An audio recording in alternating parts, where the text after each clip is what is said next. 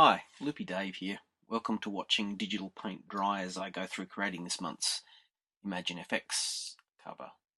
You'll see three images on the screen at the moment. The top left-hand corner is a small, quick colour rough over one of the initial pose sketches I sent to the editor as part of the approval process in working out this cover. The image to the bottom left-hand corner is part of a movie poster I did for a documentary called This is Roller Derby, which the editors at Imagine FX saw and contacted me about doing something similar for this particular pin-up issue. The other image, of course, is a pencil sketch that we're going to be working on to paint up the cover. What I've done here with the sketch is I've set it to the very top layer. I've used the wand key to select the background behind the sketch, and then I've hit delete, so we just have the sketch and not the actual area around it. I've then set the sketch to multiply so that you can actually see the line work as you paint underneath. And I've set the opacity around about 20% so it's just light lines as I paint. Now I've created a layer underneath the pencil sketch. I'm using it to just block in my skin tones. The plan being then to create individual layers for each of the elements. One for the skirt, one for the shirt, one for the hair, all those kind of things. This is particularly important on something like this when, despite my little colour rough up on the top corner, I'm really not sure exactly what colours I'm going to actually paint some of the elements like the shirt. It also means that then I can deal with each of those elements individually later on.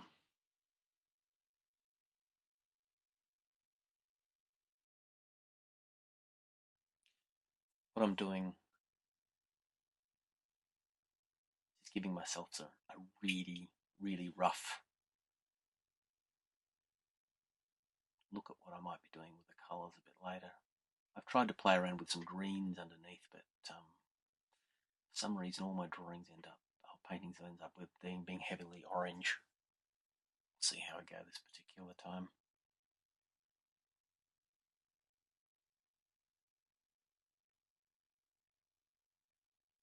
I'm just blocking my shadows a little bit, give myself a really rough guideline.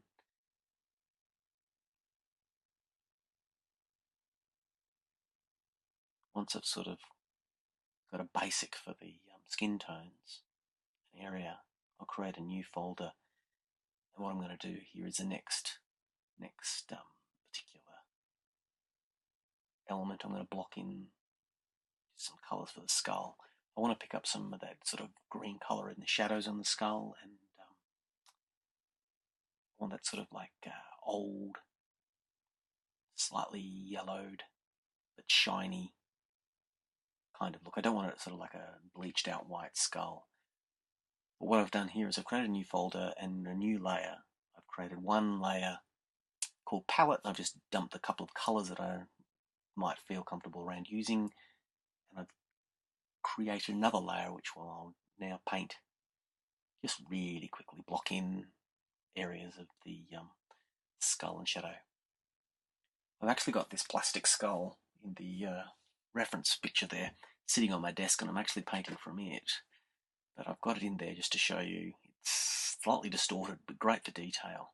The other skulls in the reference file I have there is more, so I've got an idea of a bit better proportions than the ones I'm working from. This is meant to be a little more of a realistic kind of image. Don't want to go too silly and cartoony. Next, what I'll do is I'll block in for the skirt. I've created a new folder called skirt and a new layer called skirt palette, and now I'm going to block in just in flat color, paint in the area where the skirt is.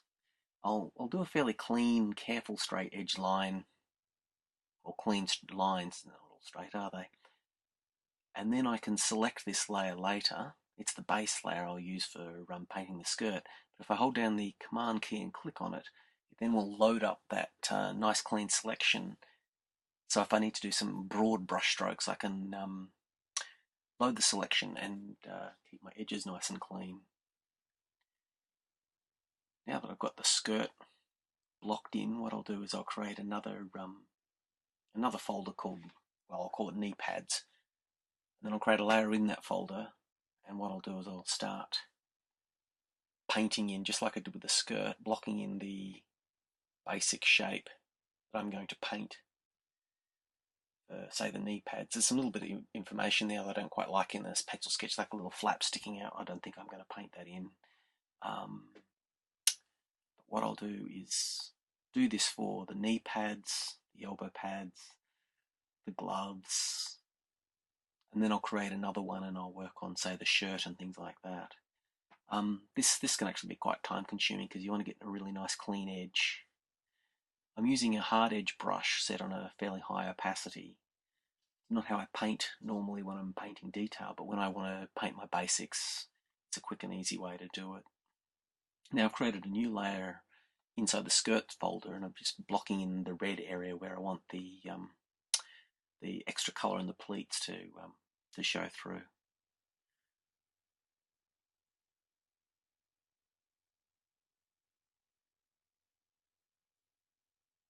Now I'm going to create a new layer, just a base hair. Now I've loaded the selection, the sketch selection, which doesn't have very nice edges, but in terms of just blocking in the hair, all I want to do is just put the basic colour so that when I'm working with the other colours, I have an idea of the overall colour feel. I don't want to leave that sort of blondie green that if I didn't put this rough in, it wouldn't have.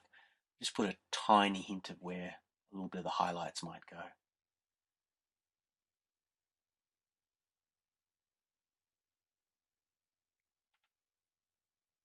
Of course, I'm meant to be blocking in, but I can't help myself. I like to do a little bit of futzing around in the different layers while I'm working. So you have these processes, but I jump all over the place a little bit as well. So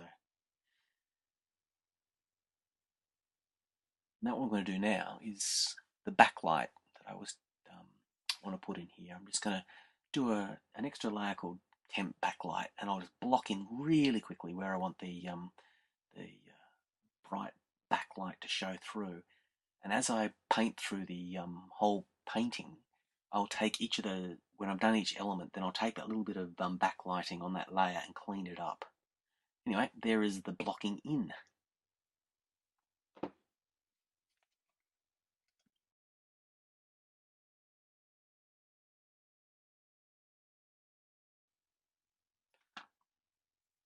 A little jumping ahead now, I've finished blocking in the various elements I want to create as separate layers and folders. I now have one for the skull, the equipment, the shirt and the skirt.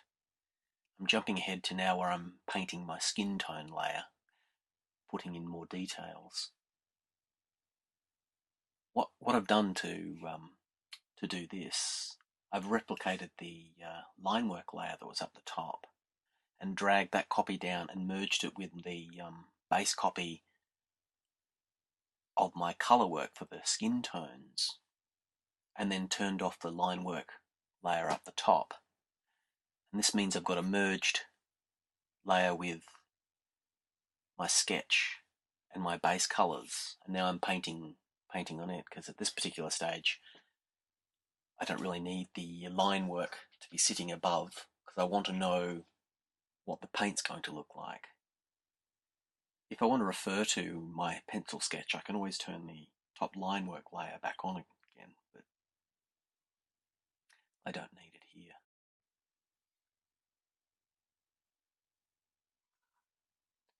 You see in the bottom right hand corner there's a reference file with some photos of faces, most of which are taken from a website where I have a license, Female Anatomy for Artists, which is an excellent site for reference material. These faces are not there because I want to paint the faces to look exactly like those faces, but they're to remind me of the little details that sometimes you forget,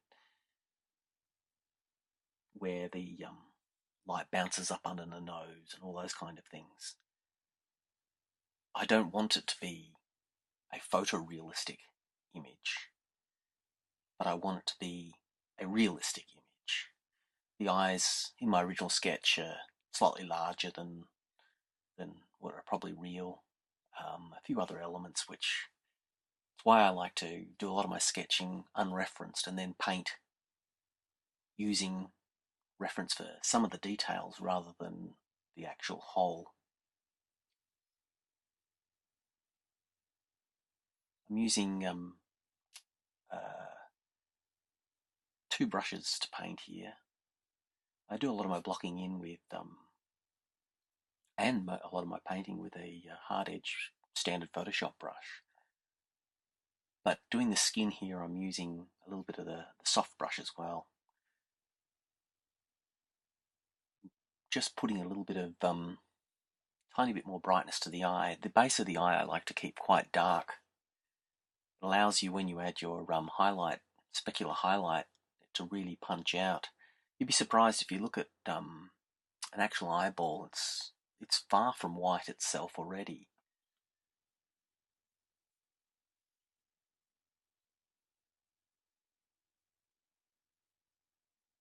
Now the painting speed in this is I've obviously sped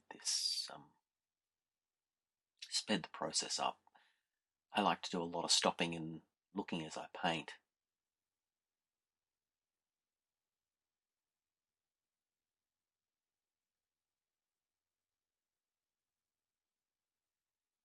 You'll have noticed too that I have another window of the exact same file open. That's the one on the top left-hand corner at the moment. It allows me to paint details zoomed in one window, but get a better idea of the overall picture in the other one. Particularly for someone like me who I've got a bad habit of just zooming in too close and painting details a little bit too sharp. Having that reminder of the other image there of how it's actually working as a whole is extremely useful.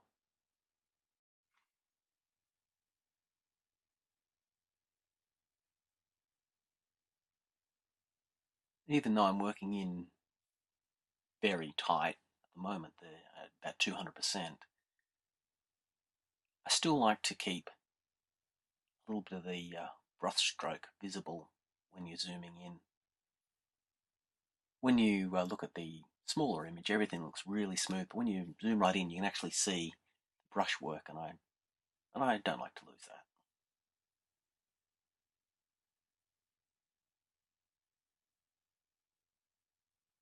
The face I've found from the reference site has quite similar lighting to what I want, and that's useful, but I don't necessarily need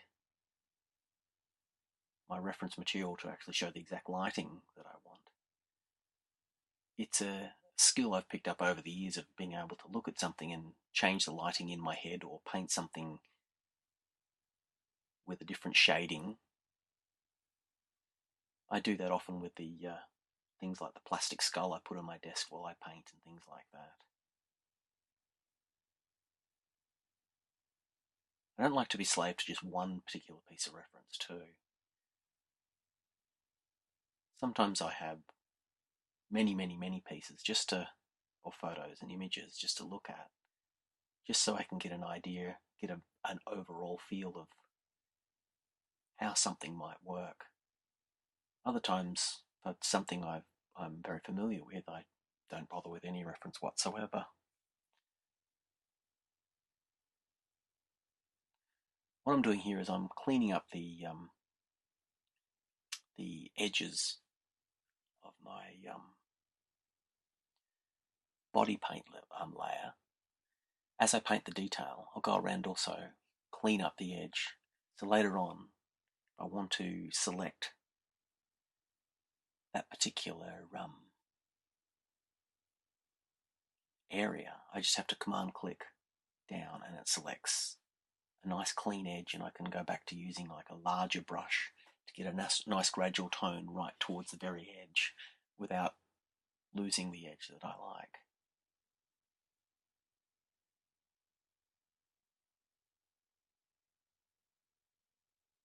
Now, I know some traditional painters don't like to put their highlights in until really late in the piece, and digital painters too. I like to put a few of them in while I'm working, just to give the image I'm working on a full 3D, three-dimensional feel. But I often create an extra layer up the very, very top and call it specular, and then I can just point in where the specular lights are going to hit on the shiny bits, like on the tip of the nose, or the little bits in the corner of the eye, or in the eyeball itself. And as it's a separate layer, I can turn it off and on. So when I want to have a look at how the lighting is working in terms of where it's shining brightest, etc., I can view that, but then turn it off and on. It's also a layer that then I can go back and later and edit, move things around without having to worry about it interacting or interfering with the layer that I've already painted. Now I'm just quickly working on pointing in the eye. Eyes are always fun to paint. Eyes and faces, the first thing a person tends to look at when they look at a picture, particularly if the images of something looking directly at you, the viewer, people are tend to look at the eye. So you want to have a nice bit of detail in there and try and make it engaging. I remember my high school art teacher telling me never paint individual eyelashes, and I've seen other people say the same thing, but I like to do it. But then I'm not sure I do anything right. I'm a bit of a self-taught painter, but it's what works for me. Anyway, just don't tell my high school art teacher.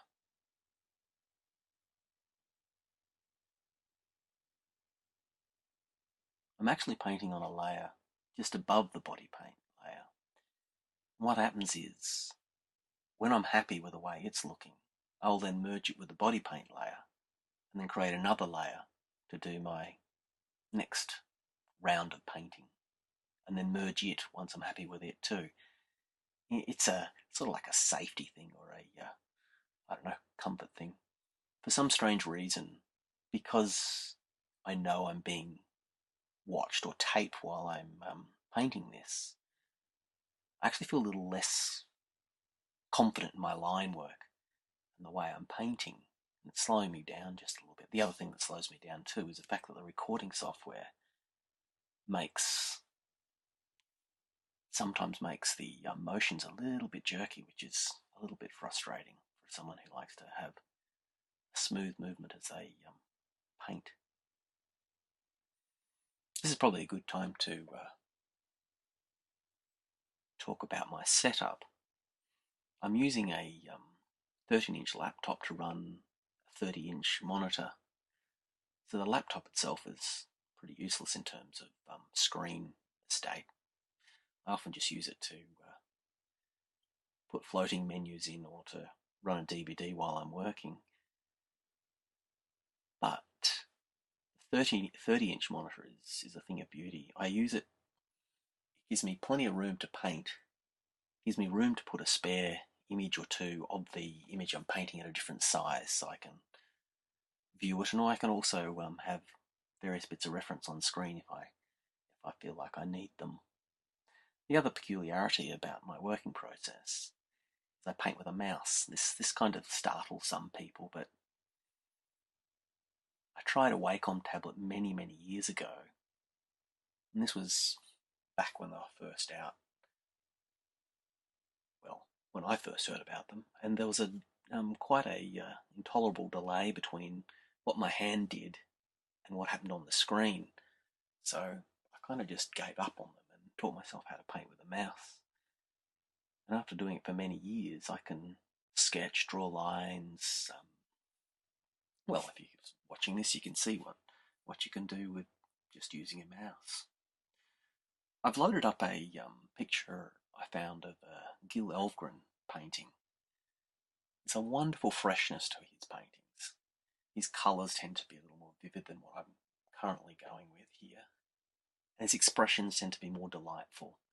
His faces are fairly young, but what I want to do is just have that there to look at. Now, if you look, I've loaded up the pencil sketch in the upper layer to see, compare it against what I've been painting. And it's a lot fresher than the painting. I think the painting is looking a little harder, like the chin and the facial shape. So I'm going to work to soften that a little bit. But that's why I have that pencil layer up the top, and I can flip between them to check to see how it's going. I've cleaned up the edges a little bit here, and now I'm just going to play around with getting the edge between the nose and the eye and the side of the mouth and that kind of stuff. Play around with the edges. I've been using a fairly low opacity, like I've said before, like 10-20% as I paint and build it up. But every now and then I'll just load up a brush with a higher, like 60%, and I'll draw a line, and then I'll get the softer colours to as I grade out from it. It gives me a nice crisp edge.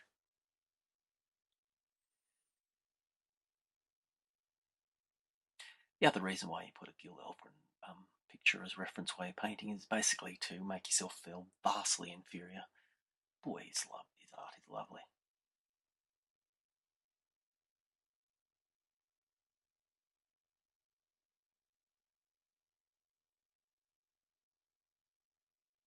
The downside of using a low opacity paintbrush is it generally takes a long time to build up all your colours,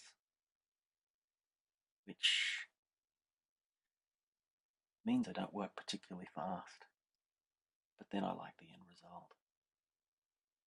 To get the nice smooth grade, one of the tricks is you select little bits of colour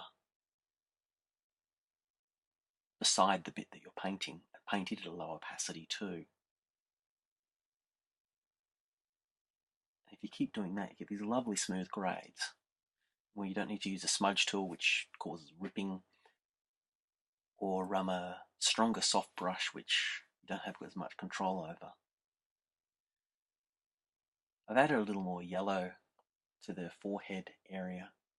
I want to keep a little bit of pure red or a pure orange just around the cheek area. You dabble just a little bit of pure colour occasionally in areas, particularly on skin. It gives it a nice luminosity. Somewhere like the ear where the light would be shining directly behind, as in the demonstration picture there.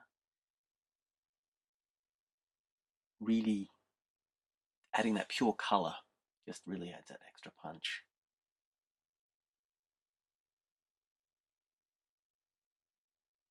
Just blocking in the lips, just giving myself a little bit of a hint where I'm going to put the highlight.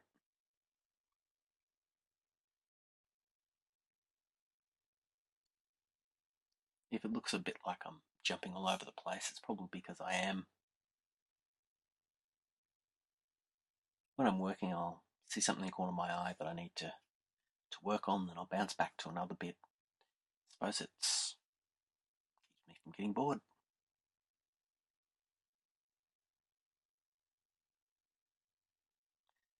Now, this isn't a particularly professional A recording or B voiceover, so my apologies about that. Not sure how much you're going to enjoy listening to me talk for 3 hours, or how much I'm actually going to want to do it.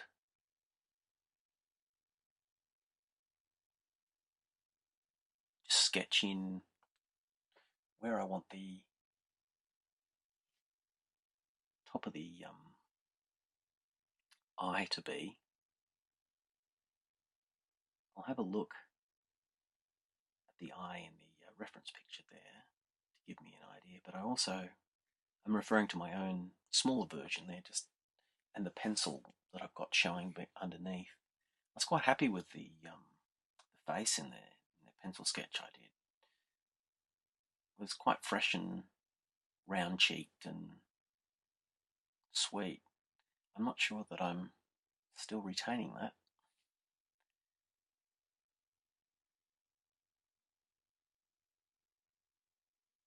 This is a part where I start making the face look a little bit creepy by painting out the eye, the actual pupil itself. I'm giving her white, well, as white as the eye is, base.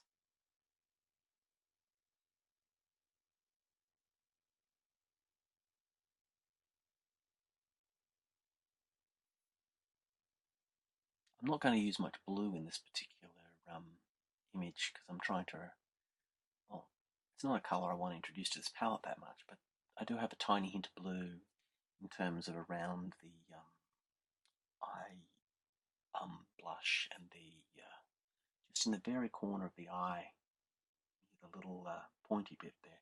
I like to add a little bit of blue because of the thin skin that's in that particular area.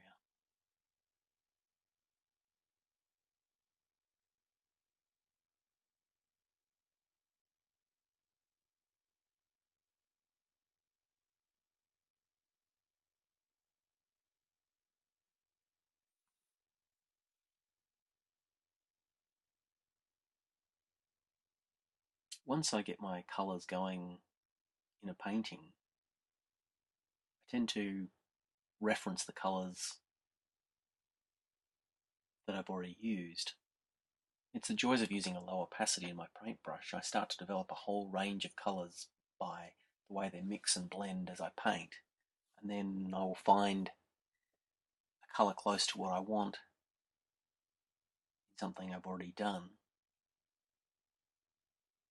So the little palette of colours that I created at the very beginning are useful when I start, but they tend not to be what I end up referring to. And sometimes the image ends up having very different colours to ones that I'd set out in the beginning. And by sometimes I mean just about all the time.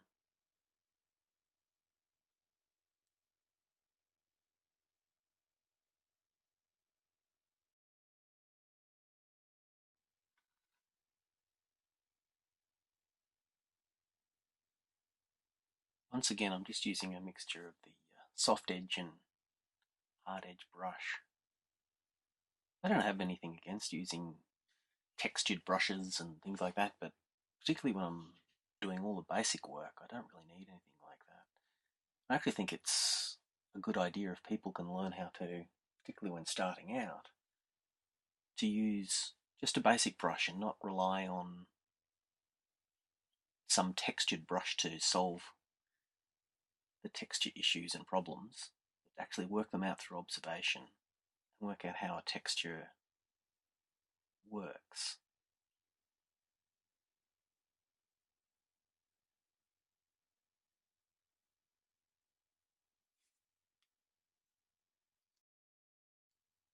Just working on the other eye now.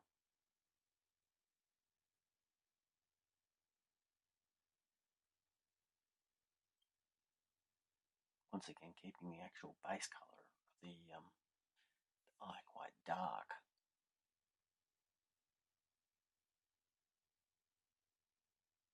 It'll start to look more spherical once I add in sort of a bit more highlight to it.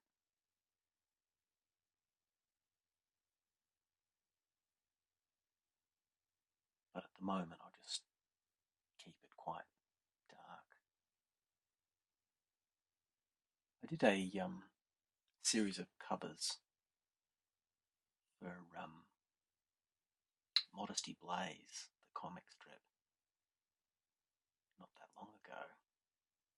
Really fell in love with doing long fake eyelashes. I really want to do a bit of that for this particular painting as well. I love that 1960s kind of makeup. Big fake eyelashes,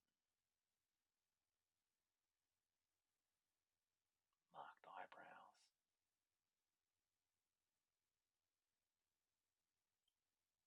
Really fits at home with that whole roller derby look too.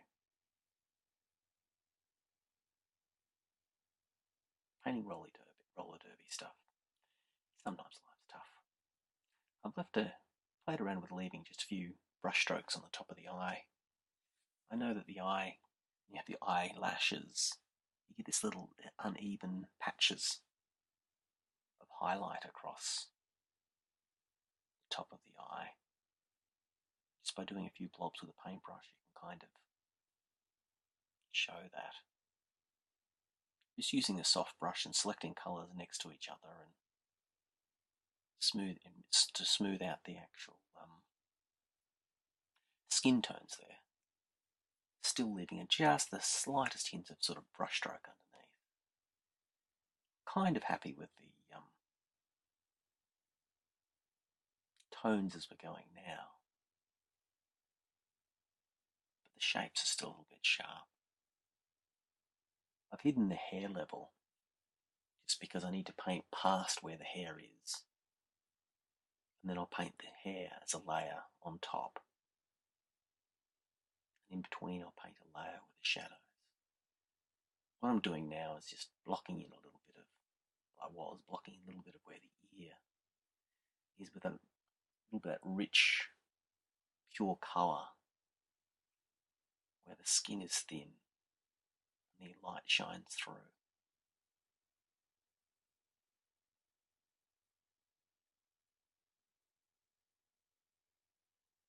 Just extending the forehead area, which the hair will hang over.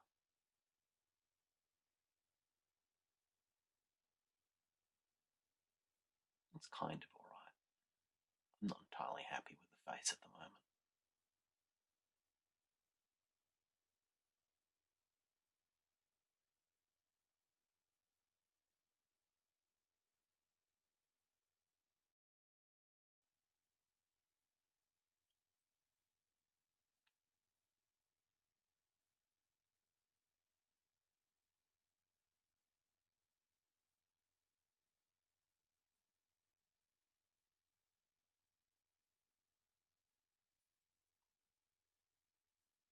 I think the eyebrow on my pencil sketch is maybe just a little bit high.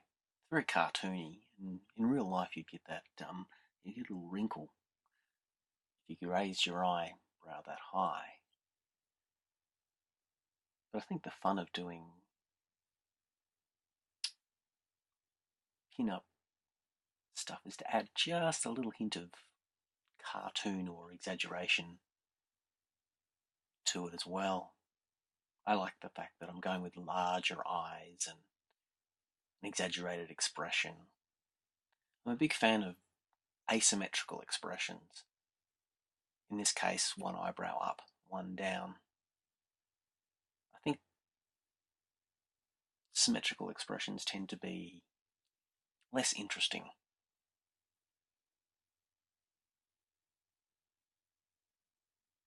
I have a friend who says she can tell my artwork. One of the giveaway factors is the fact that the expressions are always not even. Now, this little highlights here, this is what I was talking about earlier, is creating a layer up the top.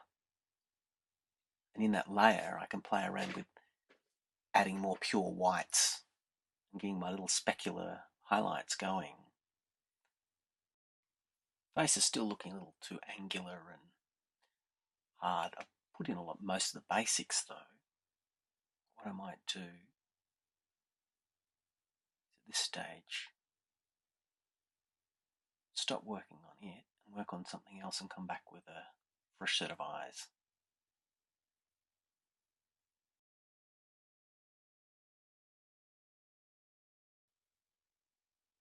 Okay, now while I give myself a break from painting the face, I'm going to sit down and paint the skull. I'm quite looking forward to this. Skulls are a real lot of fun to paint. I'm actually trying something a little different here in terms of reshaping it. I've created a layer above the face skull paint, painted in black, and then I select that layer and then go to the base color and then delete that selection. Not sure why I'm trying that, but it seemed like fun at the time. I'm not entirely happy with the shape at the moment, so I'm cleaning the edges up a little and giving a bit of plastic surgery. Needs a bit of cheekbone work.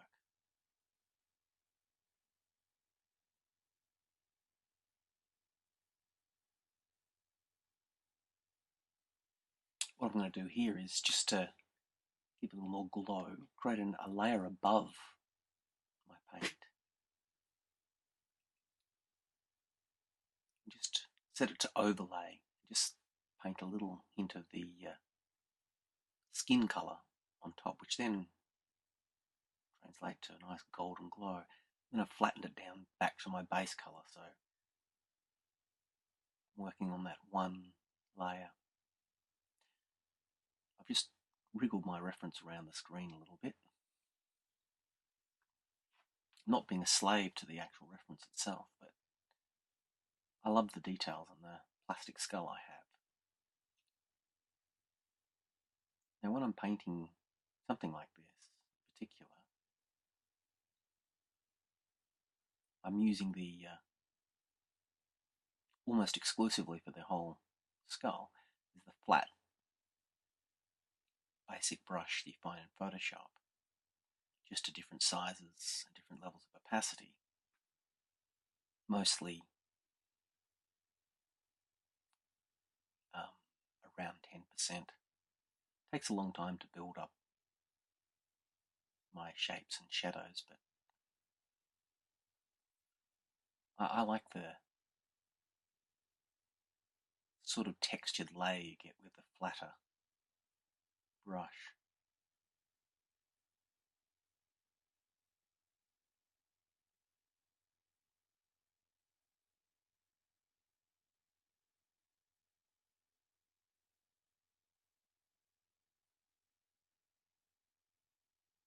I'm looking at the cheekbones I've got here. And when I was drawing pencils, I was actually looking at the plastic model, and unfortunately its cheekbones are sort of large and monstrous. I think it's meant to be a scary skull used for Halloween and the like. I want a friendly skull. I want to play up the smile. Hey, a skull with a rose in its mouth has to be a friendly one, right?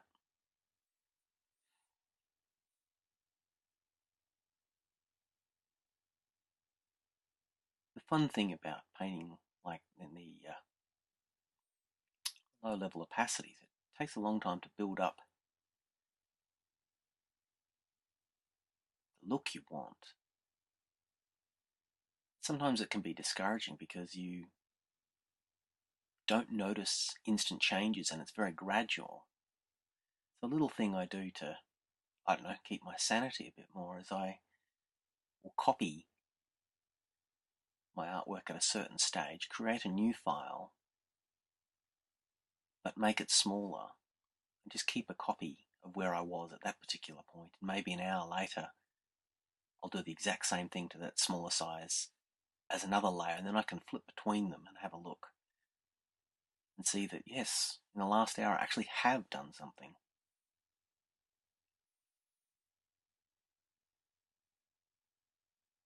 Nothing more disheartening than thinking you've just spent an hour doing nothing, even though you've been working hard. I'm still not happy with that cheekbone. And what I've done is gone online and found a few more skull pictures just for, I want to get that cheek area right. Because as I said, the details I do like on my plastic skull, but the proportions and shape aren't quite what I want.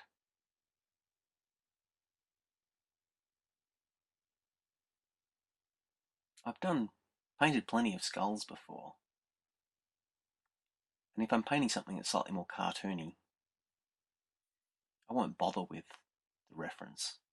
I'll have drawn maybe some crazy shapes and forms for the actual skull itself, and then paint a lot of just detail I'm making up or referring to by looking at the skull on my desk. But in this particular one, I want a little more level of realism. The interesting thing is if you look at the small picture of the small window of the painting I'm working on, the skull's all been done with flat edge brush, just built up. But in the small image over there, it looks quite smooth and rounded, even though it's made up of lots of little planes created by the levels of opacity on the brush strokes.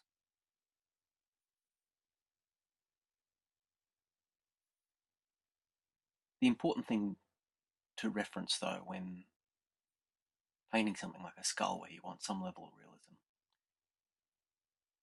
is to actually know the number of teeth you should have and which ones should look like which. Going back to my plastic skull, I don't think the sculptor really paid all that much attention. Maybe he did, but was doing different style of teeth. So once again, it's the other thing I need to reference some other images of. There's lots of fun little cracks inside a skull. It's lots of fun creating interesting textures by layering the different colours. In the large window, it still looks quite rough, but it comes up quite nicely when you're looking at the smaller version.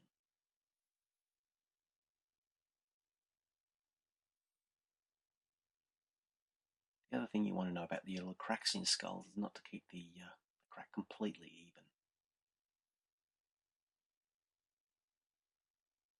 Little bits of missing. It's not holding together well. I want it to be slightly old. Old but romantic.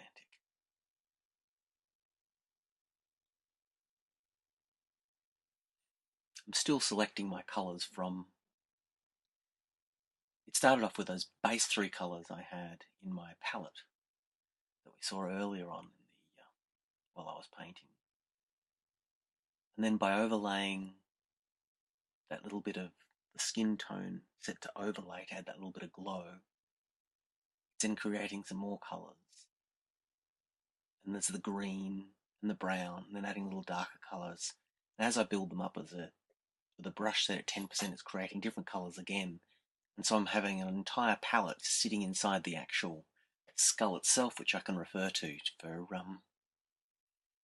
as I build each bit up. Painting, for me, this way, you develop like a self-perpetuating palette, one that builds more and more colours as you go. Just every now and then you might introduce a slight tint of a new colour, but I'm pretty happy with the colours that are going on in the skull at the moment.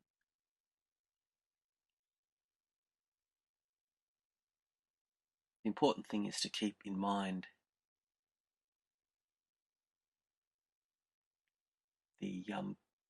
the light source and make sure it's consistent with the light source that I'm using on the figure. And this is why I have a third copy of the window I'm working on, very small in the top right hand corner at the moment. This gives me a little reminder of how the light is approximately on the figure at the moment, and I keep that consistent as I paint the skull. If you notice, I keep repainting and cleaning up the edges around. I'm not completely happy with the shape.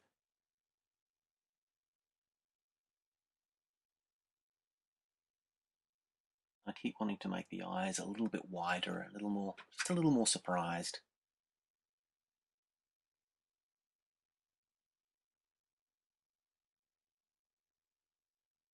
As with painting the skin, it kind of looks like I'm jumping all over the place, and well, I am. I do a little detail here and a little detail there and move to another point. I don't think I usually paint quite so, well, ADD, but for some reason I was not quite as relaxed painting here, knowing that the recording software was on. It's the first time I've actually tried to paint with recording software on. I've had people ask to have a look at a video of me painting, and I've always considered that a strange request. Watching someone scribble for hours, I don't know, it wasn't something that really ever appealed to me, but here we are. Grand experiment.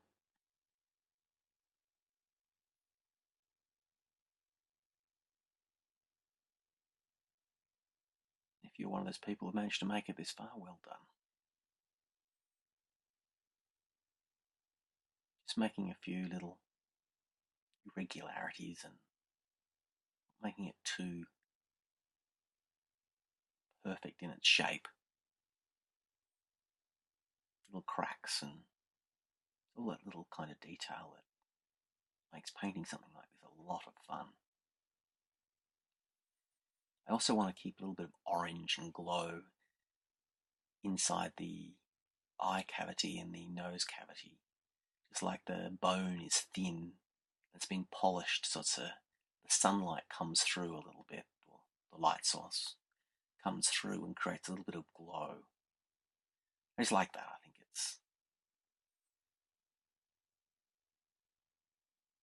think it adds something to it, warmth of personality or something like that.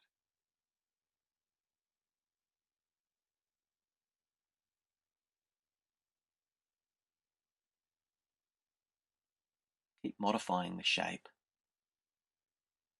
I'm not quite happy with where things are placed. This is where, in the past, I would have spent more time in my original pencil sketch, getting the proportions where I wanted them, working out the light sources and the shadows and all that sort of stuff inside the pencil sketch. But partly that was I wasn't as confident with my paint, and nowadays I'm a little more impatient to get to the painting end of it, and I'm confident that I'll fix any problems I might have created with my original work while I painted. The only downside of that is it tends to slow down the painting process a little bit. I'm sure I'd actually save myself more time if I had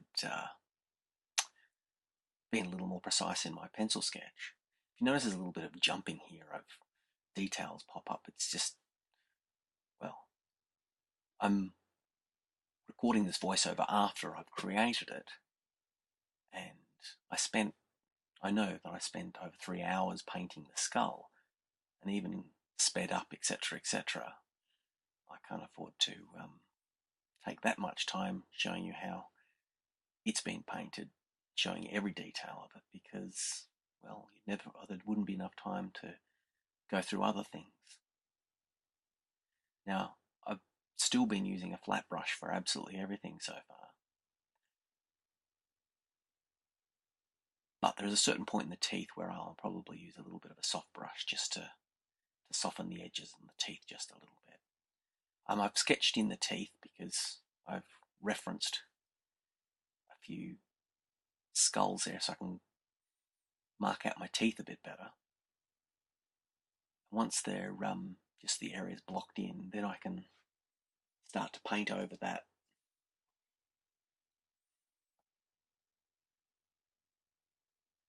Colours and tones that I want. I want to pick up a bit of yellow and the oranges in the teeth. He doesn't have particularly healthy teeth. I suppose for a skull he does. Probably drinks less caffeine than I do.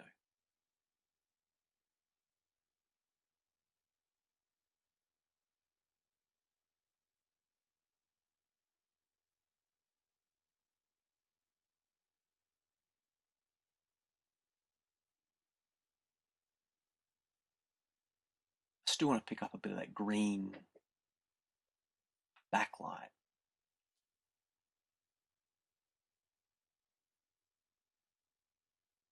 I need a few little highlighted and sharpened edges of where the bone meets where the teeth cavity is. Darken the areas and the shadows. Do some nice little tight, hard edge highlights to define the shape. Now the teeth, if you notice I've moved the teeth up a little bit, I still don't think he's smiling quite enough. I want skull's grin, but I want this to be a little more exaggeration. The flirty skull.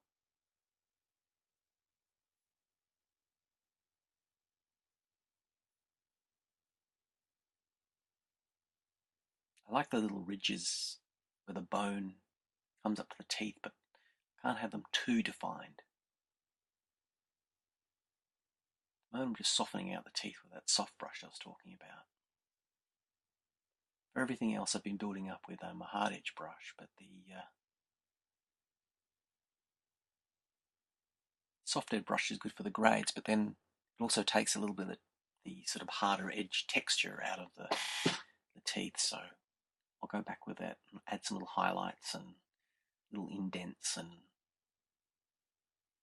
bits where there's more imperfections. This is where it's lots of fun, the little imperfections and little highlights and ridges with a little fine brush just going in, and some of that's built off brush strokes that you make. With the building up of the flat brushes, you get these little edges, and then you highlight them with a finer brush. What I'm doing now is adding in the shadow because I need to have that point where the chin bone casts a shadow, but I've created that on a separate layer. So I've now hidden it, but I'll turn it back on a little bit later. That way, if I want to change, if I don't feel the shadow's in the exact right place, I don't have to repaint the entire bits underneath it. It's just a layer that's sort of multiplied on top. And so if I just move bits or paint that bit, it doesn't affect what's painted underneath. More dentistry work.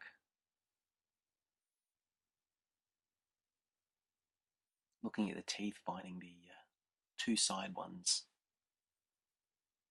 from the middle two have a little more of a sharper point. Now adding more little details.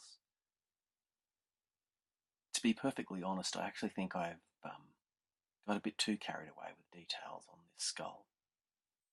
If I really look in at the full image, I'm setting up a very high level of detail. It might look delightfully painterly in the larger window, but the amount of little details and things I've added to it is probably more than's necessary. But then I've been looking forward to painting this part, so I suppose I should just revel in painting all that detail anyway.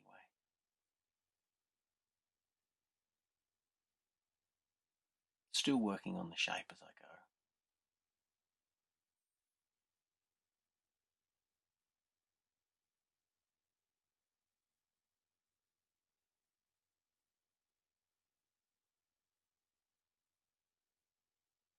Got to work out where the bottom of the jaw hits up against the palm.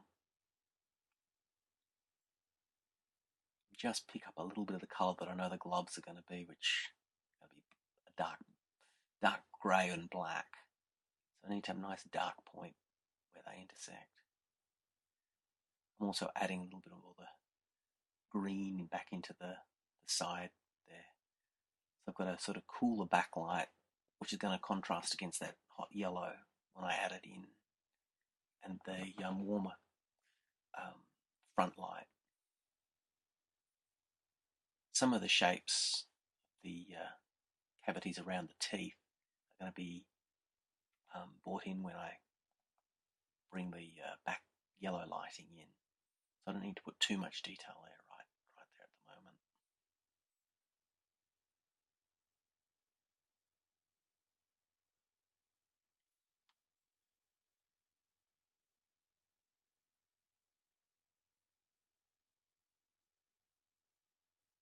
think the divot I've given on his chin is a little bit too big.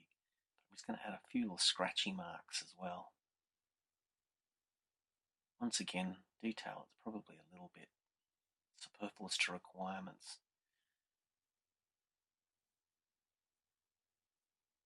but fun to do nonetheless.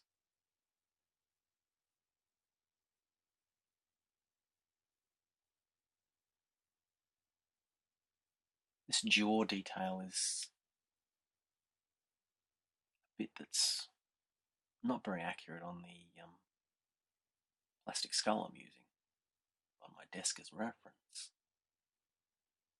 one of the main reasons, the jawline and the cheek line, why I need to refer to some other photos.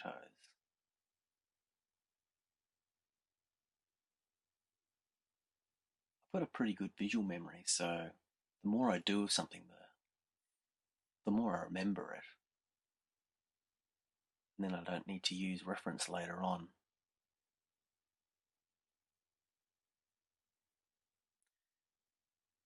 I'm adding little textures in here.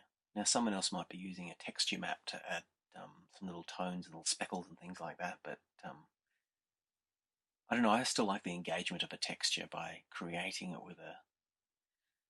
with a brush myself. Of course this means it takes longer.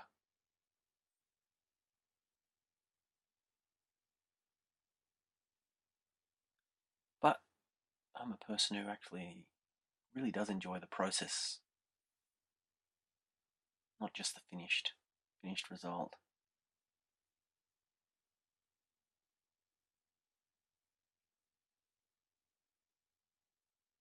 I think it's starting to hold together well. Need to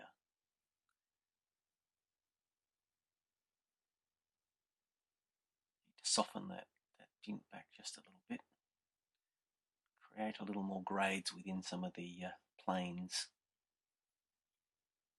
Time to add a few more cracks.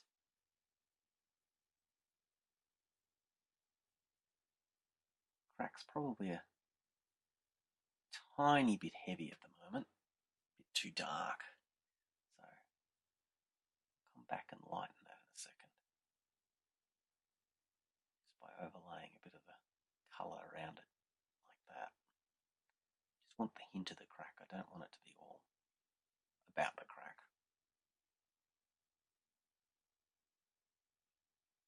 Just a little more scratch, little more texture add by adding some very light lines in. A few more spots and divots and clean up the edges a little bit so you get nice crisp edges. A couple little more scratches. Almost there though. I think the back of the head needs to come out a little bit more looking at some of the skulls. That intersection on the jawbone to the back of the skull has some interesting shapes in it.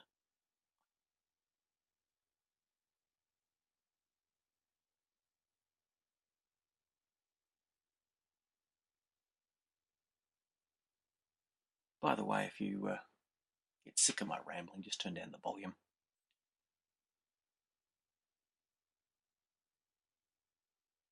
I think you've done pretty well if you've got this far into the tutorial. Well, demonstration. I'm not sure if I'm tutorialing anything here. I'm just making up some extra liney bits in there because I think it feels more authentic with a bit more line marks and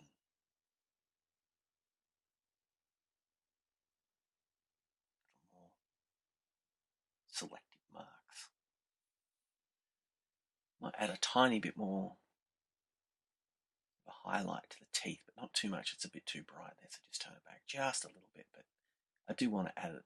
You do a tiny bit of specular to it, it kind of looks like they're more polished. And hey, who doesn't want polished teeth?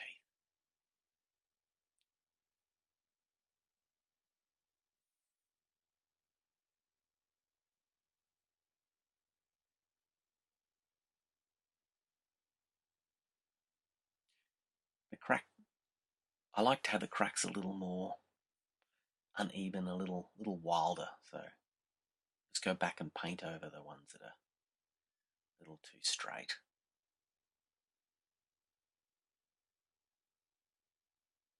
As I said, I'm quite happy with the way the skull is turning out, which is good because I was kind of unhappy with the way the face was going. Something I do when I'm painting, if I feel like something isn't working as well, I'll go and find something that I'm more confident, a part of the painting I'm a little more confident with, sort of score myself a win and use that confidence to then move on to the bits that I was struggling in with before. And as I've said, I've painted many a skull, and I know that I'll get a good job with a nice flat brush and I can build up my colours and I can have a lot of fun while I'm doing it.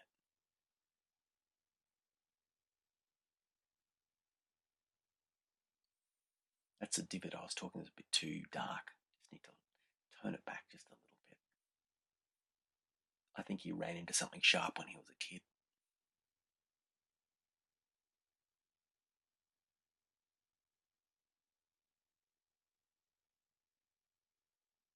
Still working on the outside shape.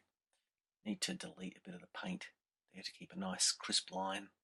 Now what I'll do is I'll load up that layer I talked about earlier, the backlight layer. Load up the skull, invert that selection and delete any of the line there that's going over the outline of the skull. Now what I'm doing, this is all in the light layer, is I'll build up that yellow, but this is where I'm going to use a little bit of a soft brush, but then I'm also going to use the hard edge brush a little bit too, so the edge is not perfectly graded. There's a little bit of planing action going on.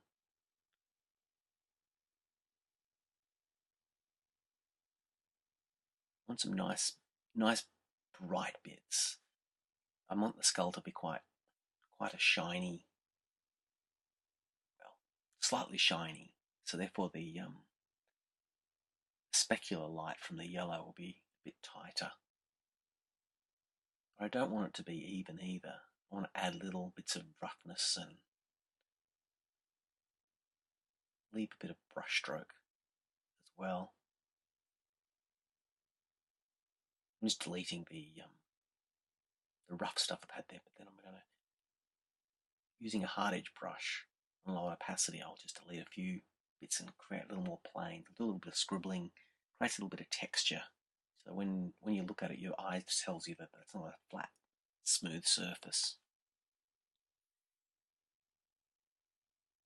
I want a little more of that line work with the light. Not too dominant though. So just scribble in some stuff. I think one of the pleasures of drawing something like this is actually doing just a little bit of scribbling within all the details, just to do a little bit of wild kind of brush stroke. Still think the edge is a little bit too smooth here, so what I'm going to do is go through and just delete edgy bits and make it a little uneven.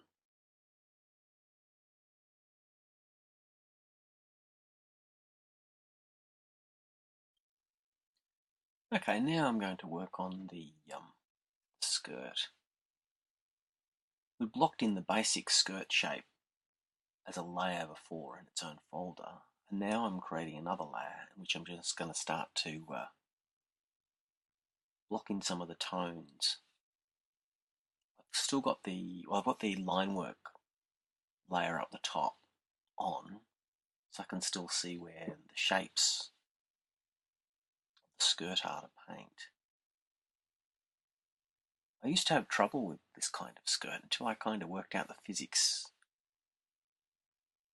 of how each pleat is attached to the waistband and it falls down. So in something like a pose like this, you just hang each pleat down from the waist, and where the upper thigh interacts, that's where you get a couple of simple folds and it sells the whole idea of the skirt sitting naturally.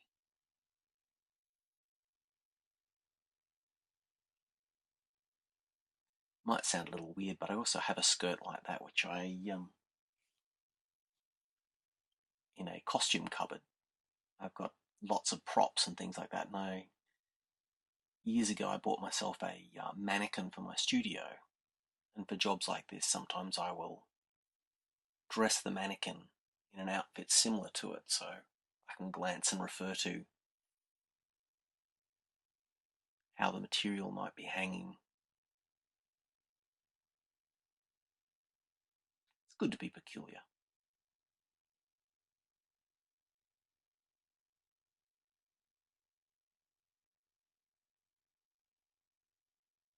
I just want to make sure the edges of each pleat got a nice little ridge to them, just to define the shapes, because otherwise it just becomes a little, because it's dark material, it becomes just all lost. So you need to just add that little ridge and edge. So do that with the darks and just a little hint of the light. I need to keep in mind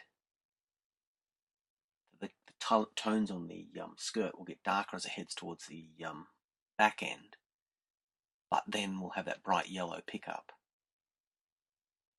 It's the nature of the material that it's not too, well, it doesn't really have any specular highlights, so I just want to keep it fairly muted.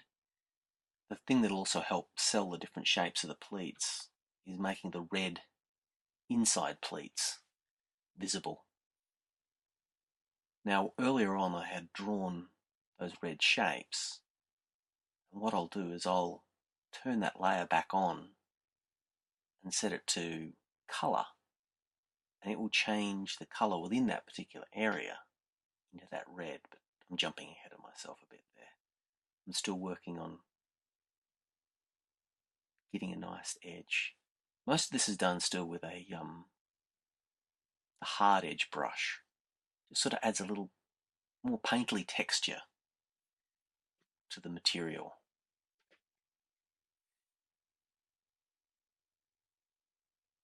Particularly on the edges where there's a little crease, where I'm putting a couple of little extra creases up near the waistline.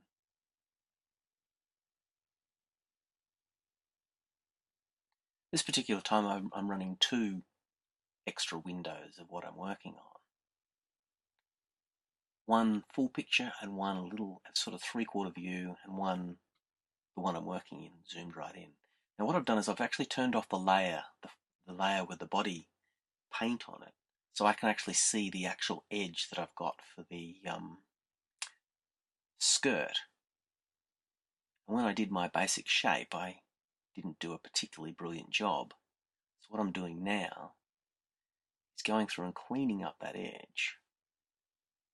Once I've got an edge that I like better, I'll turn the skin tone back on.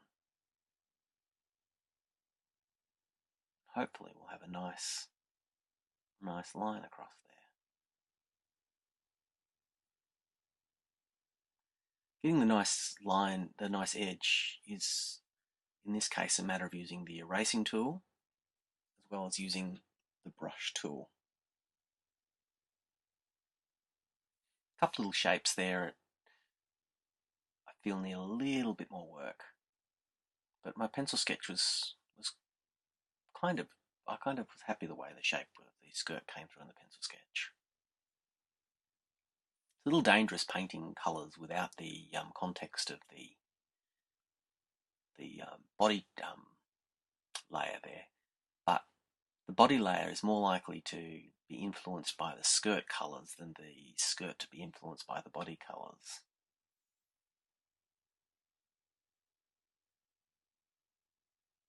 Just working on getting those edges a little cleaner.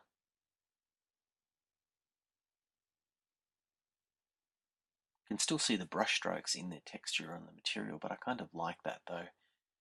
I'll soften them back a little bit with the soft brush once I've finished getting my shapes to work in a bit better, to be a little cleaner. I'm mostly happy with that wrinkle there. It's kind of selling the fact that that's the point where the thigh is lifting the top edge of that actual pleat up a little bit. Just need a little more contrast, just a little bit more lighter areas against the darker areas so the pleat shapes themselves are a little more visible.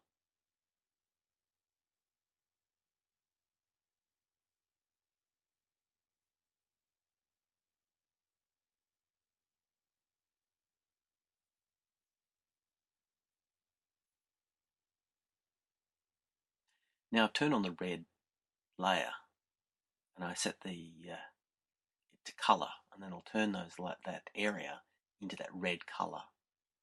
But the shapes aren't quite right, so I need to fix them. But that gives you an idea. It highlights the brush strokes a little bit more than I'd like, though, so I'm going to have to go back to the skirt layer under the red and smoothen out those tones. Because the kind of brush strokes seem to be alright, I think, in the darker areas. They're more highlighted in the red and they don't look quite right.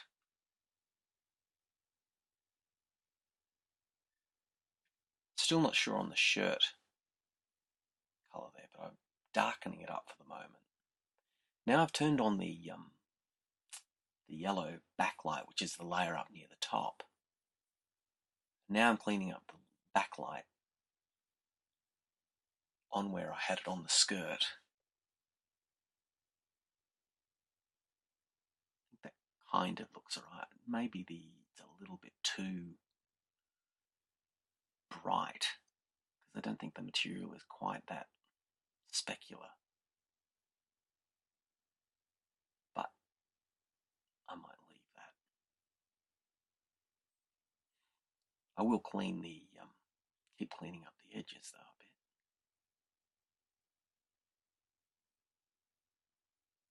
I need a little bit of an edge just near this area there, the little dark edge there, just above the skin. Just so it doesn't feel like a thin piece of paper, it actually feels like it's a piece of cloth that it's actually got some sort of depth to it.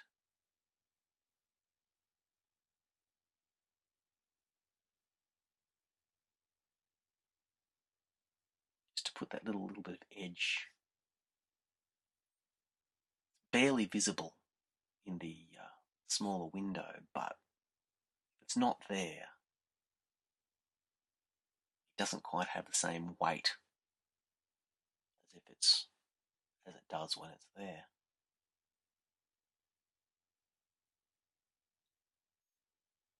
I do a lot of work, like fine edge work, like that, really zoomed in a bit. But then I do like to zoom out a bit more to paint the broader strokes. But it's also, like I've said before, the reason why I have those other windows, so I can see the smaller and more defined stroke work, see its context, the whole picture.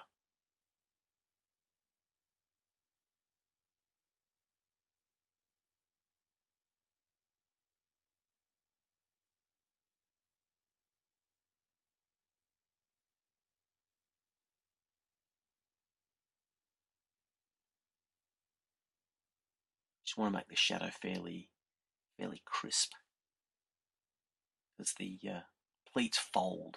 They get these nice little fold lines, and that's not only a shadow, but it's also showing one of the undersides of the pleat. I'm quite happy with the way the skirt is working here.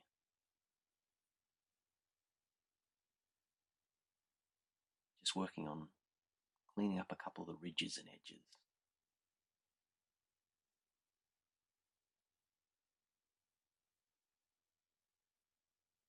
Still mostly using that hard edge brush. I probably will come back a little bit later and use a little bit of a softer one to clean it up, but there we have the skirt.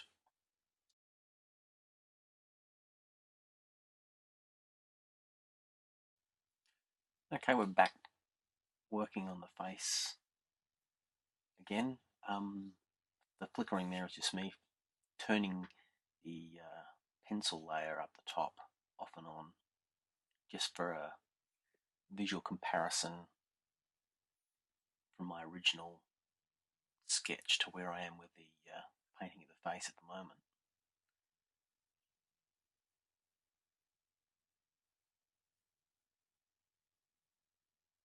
Just gonna get a better shape with the eyelashes. I love that long 60s eyelash. That's why I've got the little picture of Betty Page in the top right corner there. Not because her eyelashes are exactly like that, but because, well, a little bit of 60 inspiration for this particular job's a good thing.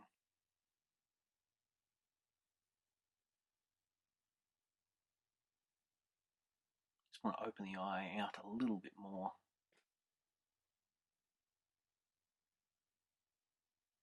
It's probably not entirely realistic in terms of proportions, but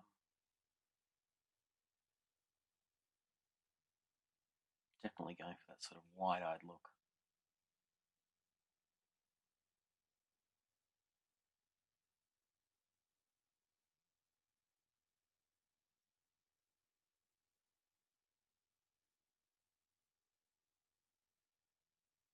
I think after about an hour of talking, I've probably run out of things to say.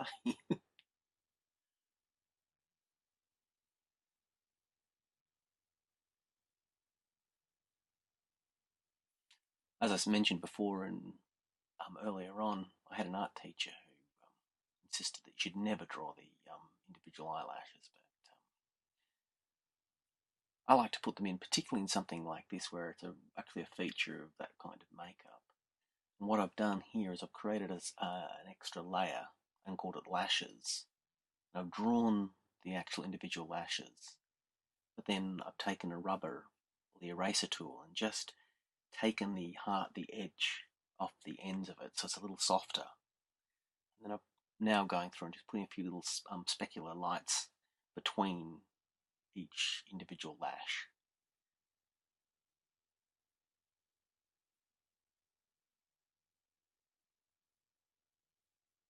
Just adding more solid shape to the other eyelash.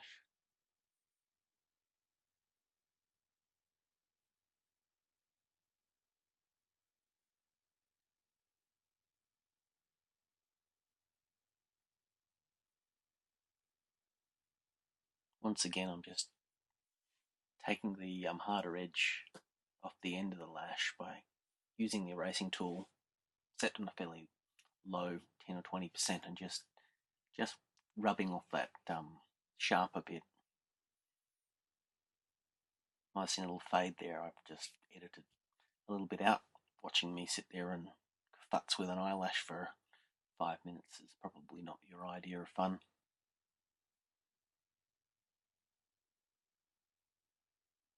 And the eyelashes are kind of looking alright now.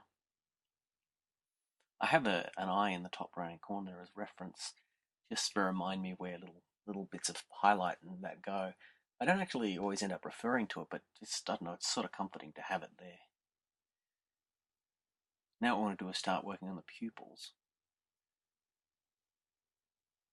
I've created a layer above the line work layer, just for the moment, so I can paint the pupil area in. Then I'll bring that layer back down nearer the face layer and turn off the line work.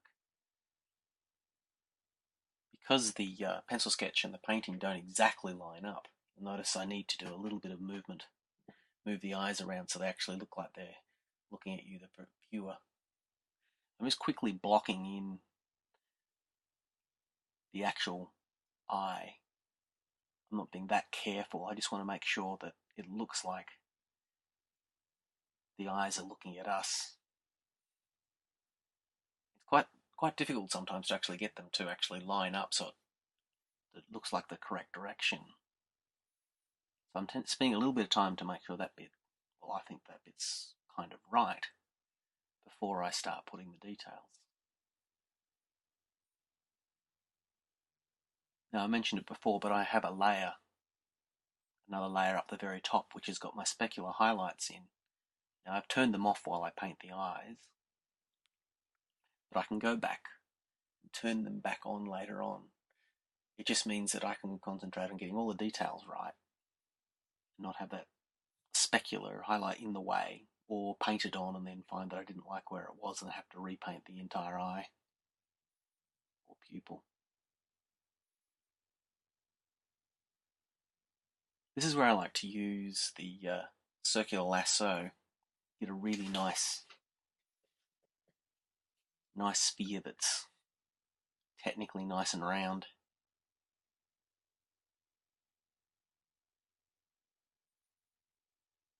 Just get the shape and delete the bits that obviously are overlapping the eyelash. And just adding the little bits of shadow which is cast by the eyelashes.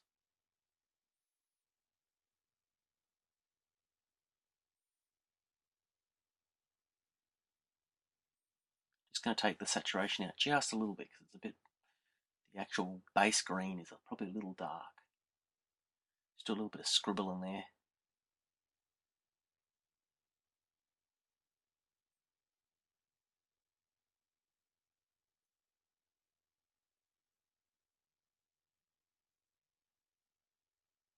What I want to do now is just add a little bit of brightness,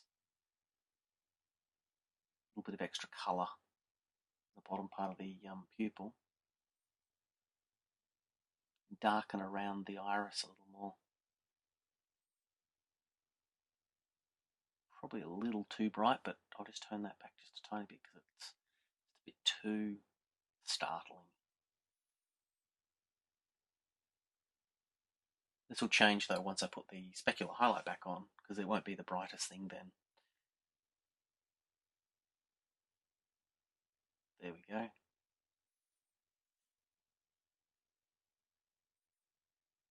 Just a tiny hint of maybe a little bit of light from somewhere else.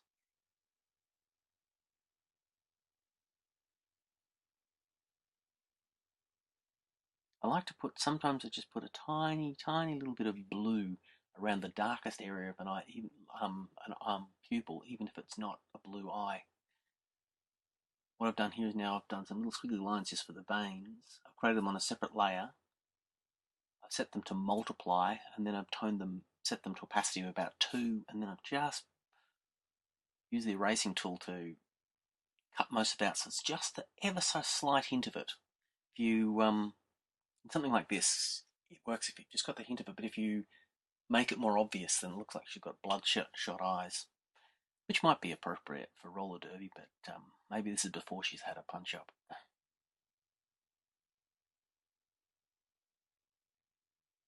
Just going to block in the ear a little bit. But the face is looking a bit better now that her pupil's in there. Less scary anyway. A little bit of a time lapse as I've just painted a bit more of the ear. And that's this particular section. Because I used my original pencil sketch and just deleted the background quickly, and then been using that particular shape to block in my skin tones, you notice the edges are quite nasty and rough. So what I'm going to do now is I'm going to clean up the edging around on the arms, the legs, the shoulders, as well as put just a little more detail. And it's not the real detail I'll be painting on the skin and the colours, but it'll just be a little more blocking in once I've cleaned up the edges. I've just skipped a little bit there, watching me draw straight lines isn't that particularly exciting.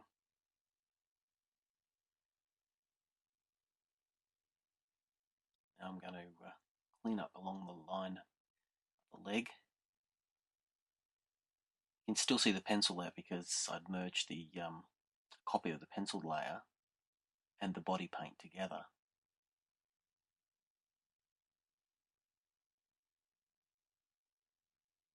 So that's the leg line clean there. Now if I load that selection by command clicking on the body layer, then I can use a big soft brush to quickly clean up the edge. Jumping ahead, now that I've done those, cleaned up all the edges around on the arms and the legs and the body paint, and now I'm going to work on the shirt. The shirt is on a different layer, so what we're going to do is adjust the colours. Now I've decided to go with a yellow with a hint of, just a slight hint of orange to the shirt, because the feedback from the editor was that with a darker shirt or a darker colour, the whole thing was feeling a bit, well, dark, and need a little more lightness to it. It's always good working with people who know what they're talking about. So now I've taken there's a base copy of the actual shirt now, create another layer. I'm just blocking in the form, just creating the sort of the three-dimensionality of the shirt. First by a little bit of shadow work, and next by just playing around with the light.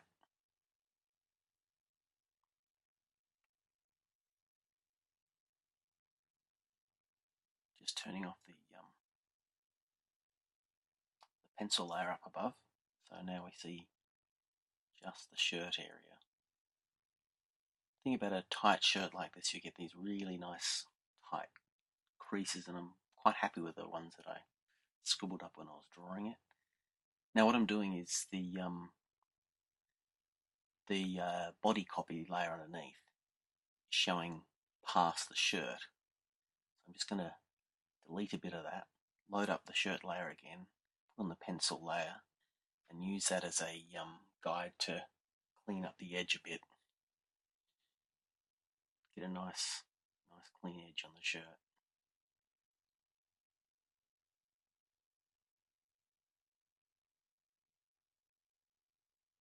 Getting a nice clean edge is important, because what I'll be doing, as before, using that the shape I've drawn there as my selection. Now just clean up that base shirt layer around the edges and make sure that the opacity's even through the whole layer. Once I've done that, I'll turn the tonal layer back on that we started before.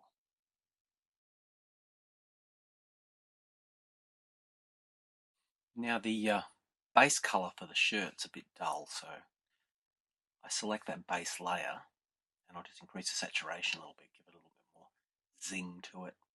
There's still some edging that I need to clean up, so I'll do that.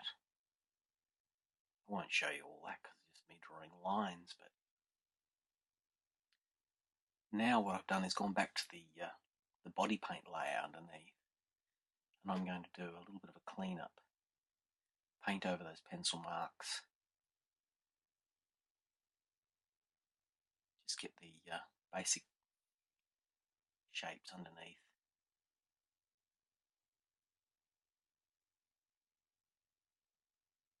Pick up my colours from around the other parts. Now that I've decided on the colour of the shirt and I've got that right, I'll also include a little bit of that in a couple of points of the shadow, add a little more yellow. First I'll clean up I've cleaned up the outside lines, but now I'll clean up the inside lines. Get my tones working.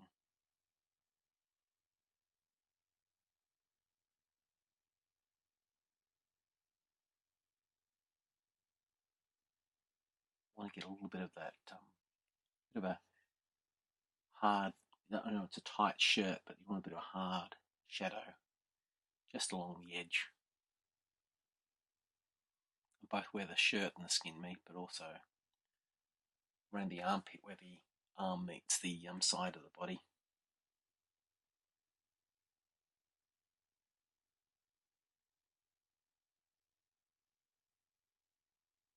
Here's that yellow I was talking about, adding a bit more of a yellowy orange in there. One, because of the shirt, but two, because this is a point where the skin of the arm is near the skin of the side. And at those particular junctures, you tend to get a little more, particularly in pale skin, more pick up the colours. They bounce off each other and you get that sort of reds and oranges. What I've done now is I've turned the line work layer up the top back on, so I can refer to the lines there for getting the shapes in for the collarbone and the neck. Particularly like painting collarbones and neck areas. It's like a lot of drawing people is the interesting areas are not the actual limbs or the torsos. The interesting area is actually in the joints, where the elbows and the knees and the neck and the ankles and the feet. That's where all the little bits of intricate detail are. Whereas, say, an arm and a forearm is just a basic shape. It's the detail and intricacy of the tendons around the neck and the joints and things like that that are more fun to paint. Just sticking up a neck a little bit, and then the area where the neck and the head are near each other, you get that little bit of being pale skin, you get a little bit more build up of that sort of red, more saturated colour. Just smoothing out the shapes a little bit. Collarbones are great, so is a neck bone, but you don't want it too prominent and sharp, particularly when doing something like a pin-up.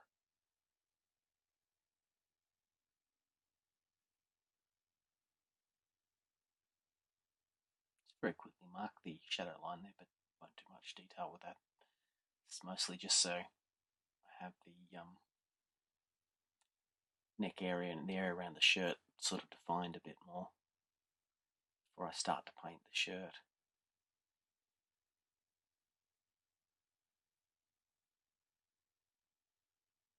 Okay, now we're back to the shirt. We load back the basic tones that we started before as that upper layer.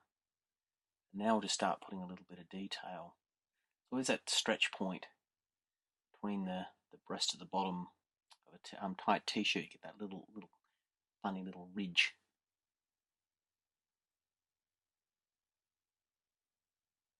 Being a tighter shirt and a thinner material, the creases will be nice and narrow and well defined. One of the little visual cues of selling it as the material that it is working out how the wrinkles will work. This material will fall. If we look at the skirt material there, it's a thicker material, and the wrinkles around near the leg joint are larger. But the t-shirt's a lot tighter material. This actually makes it easier to paint because, well, you just need to get a couple of tight creases in the right places from the pull points,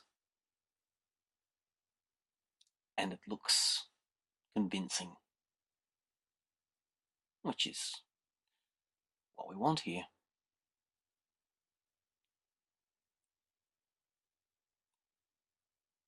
I've used the my base shirt paint to load my selection. We'd cleaned up the edges of it before, so now we have a nice selection area we can load up to paint with a soft brush. Just adding that bit of that yellow to the skin tones there, just a hint of the yellow inside there where you get a bit of the reflection from the shirt up against the flesh. That looks good there, the shadow. Now I want just a tiny little crease where the edge or the edging of the singlet or shirt folds into where the arm joint is. The other secret or trick to making a shirt or top convincing is to get the edging and stitching looking right. We'll work on that in a minute. If you get the creases and then the stitching on there, it sells it as the right kind of material. This is where I'm going to use a little trick when I want to get a really crisp, clean, technical, like a sewn edge or something that's really precise. I'll use the pen tool. In this case, we're going to use a pen tool to create the ribbing. Just adjust it to make it fairly even all the way around. Now what I'll do is I'll make this as a shape, but I will keep that shape. And much like I use the base paint of, say, the shirt or one of the base layers to load a selection, I can then use this shape to just load the selection of just where the ribbing will be. What I'm doing now is loading up the point where I'm going to load or draw the stitching.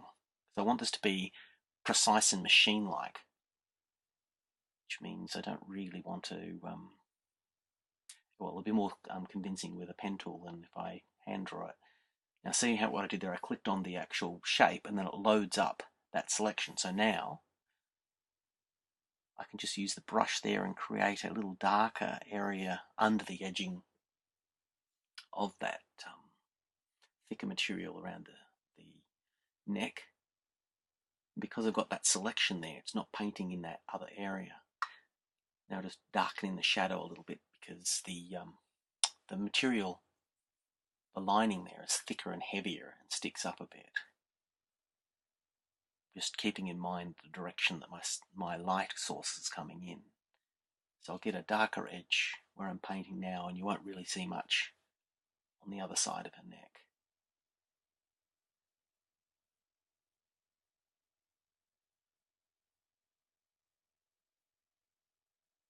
I like to use the shape tools when I'm, like I said, doing something really technically precise, like a neckline, sometimes maybe on the rollerblade wheels or something like that. It loses a little bit of the charm that you get with hand painting something, but that's a bit of a trade-off, I guess. So what I've done now is I've loaded up that, I've inversed my shape, and I've loaded up the actual ridging itself, and now I can paint in the little lip of light, a little edging along here where you get a bit of the shadow. You want to have that little bit of an edge to it so it doesn't look like with a skirt, it doesn't look like a flat piece of paper. It's actually a three-dimensional object, so you need to have something that keys you to the fact that there's a depth to it, even if it's just a tiny hint with the colour.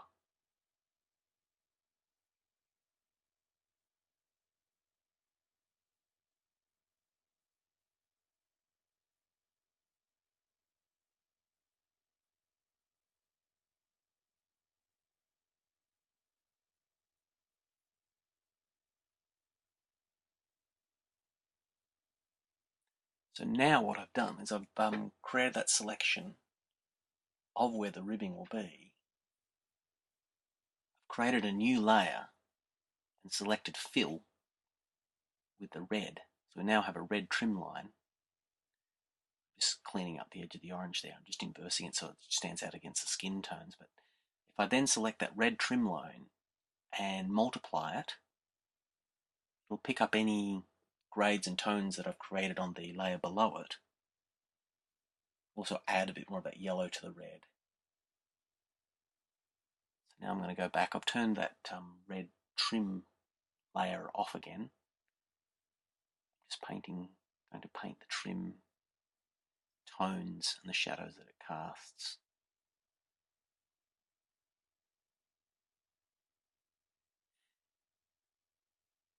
Want a few more stretch points just from where the shoulder across the collarbone pulls down to the top of the breast for the material.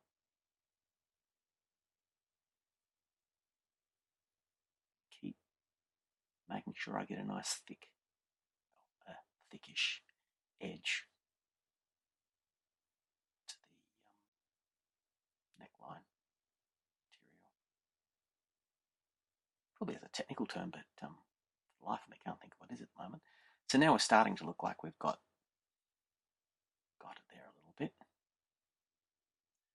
Now I'm just going to put a little bit of a highlight ridge against where the darker area, so it pops up a little more. And there's a little point where the collarbone stretches across the material, so I want to highlight that. That's where like a tension point.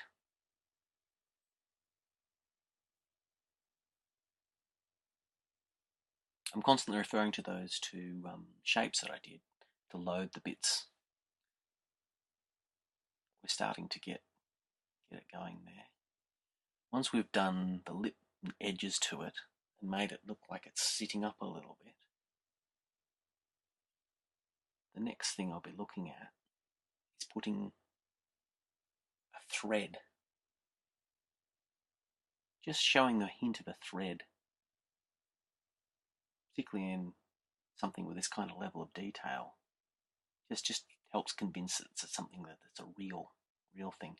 Just a little bit of a crease there on the inside, pulling in towards the armpit, trying to make it look like it's really sitting on her.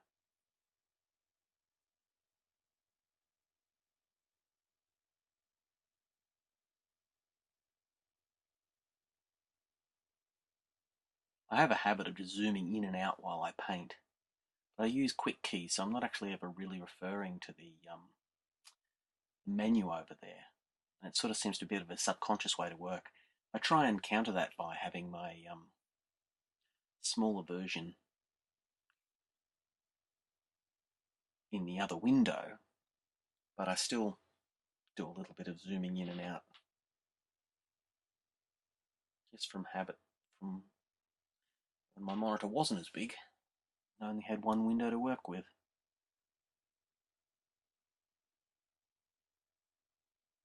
Just adding a few more little highlights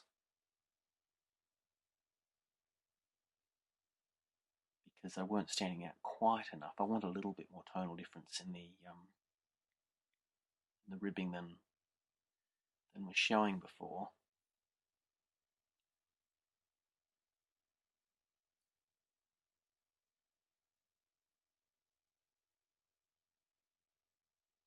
That's starting to look right.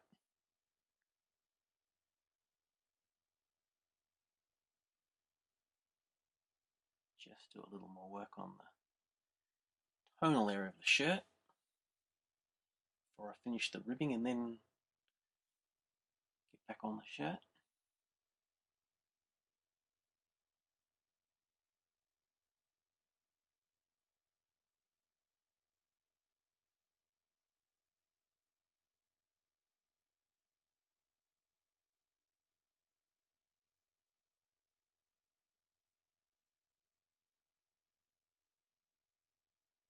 I'm going to be placing a logo on top of the shirt too, so I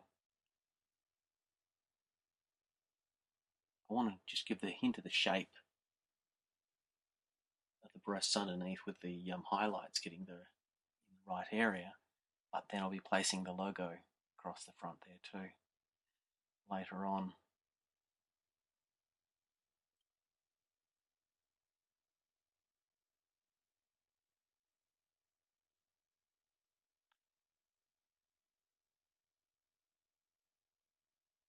Need a pulling wrinkle on this shoulder as well to balance out the other one. Just a subtle thing rather than a full thing. The other thing about t-shirts, singles like this, they often have a section of where the material is met. It's been sewn up the top. You get this little ridge. So there's little details that, like I said before, helps your eye convince something that it's, well, what it is, and add that level of realism, even though I'm not sure how realistic it is in actual fact.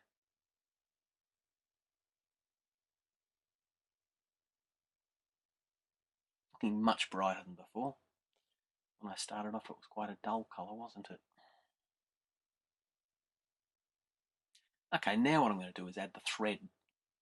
I use the pen selection that I used before, and I load the selection and then tell it to place a stroke along that selection.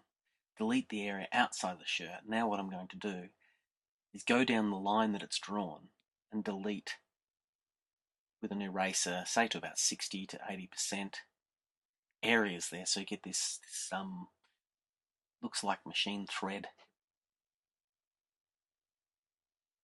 Time consuming, but I like the effect.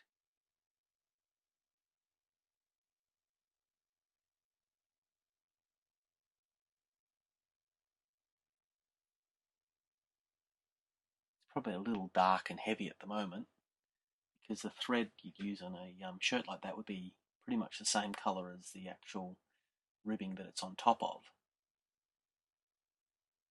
But once we've, it's easier to see the thread and to keep the stitching even when you're using the erasing tool. It's a bit darker.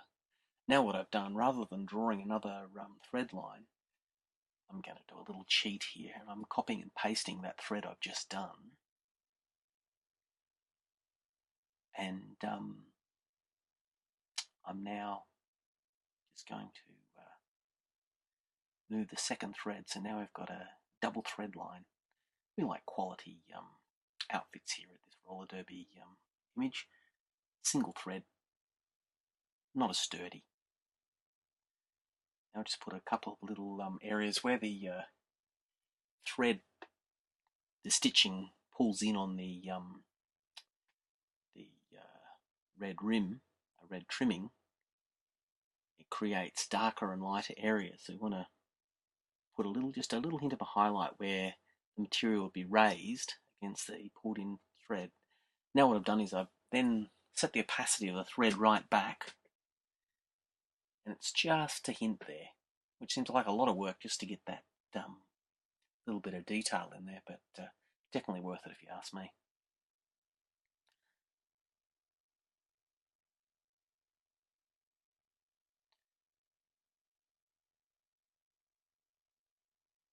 Now I blocked in these wrinkle shapes from the pencils that I did before, very roughly. So now it's time to clean them up, excuse me, and paint them in properly. There's a little bit of fading and jumping here, because frankly it's a lot of time spent just futzing around getting these sort of things right. You don't need to see hours of this kind of thing. I hope you don't. One quick little way to do a nice tight wrinkle is to draw a nice dark colour and then find the surface colour and do a thinner area in between. It gives that sort of like softer edge around it.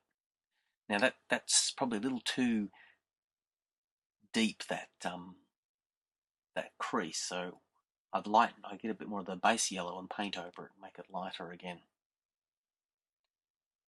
I'm quite happy. I think those creases are looking quite good there.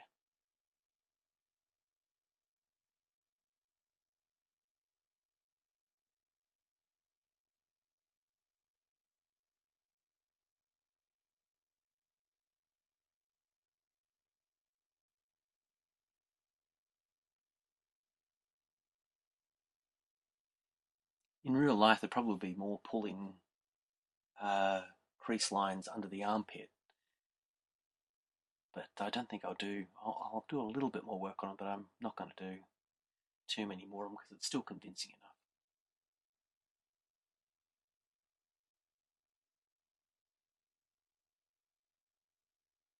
Plus, I just want enough wrinkles to convince you that it's a nice tight material, but you want then most of it to just be the actual shape of the person underneath.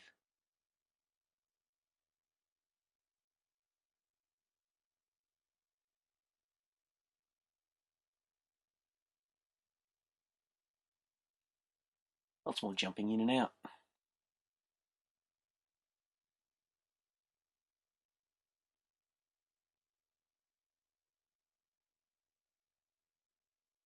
I've picked up a bit of the sort of orange skin tones in the darker areas on the shirt.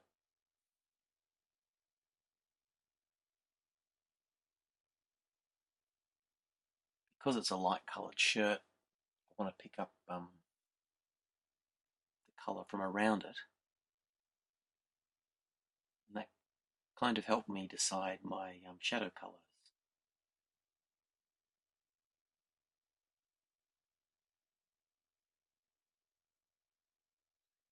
As I said before, that making the quick way to do a shadow to do a crease was to do a darken area, and then I'll pick the base colour again, and I'll paint over it. Voila! Instant tight crease.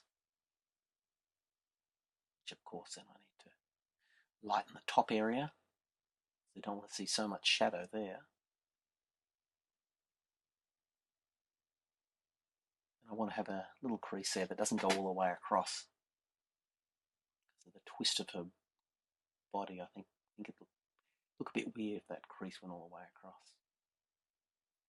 It's meant to be just a subtle one, so I think that's subtle enough there. Maybe just a bit more highlight.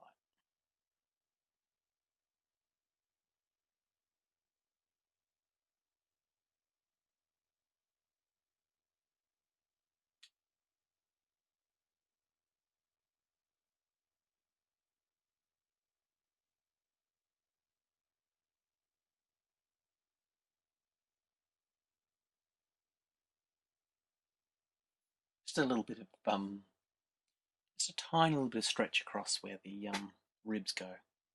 Just a tiny bit of uneven texture there. Uneven pulling.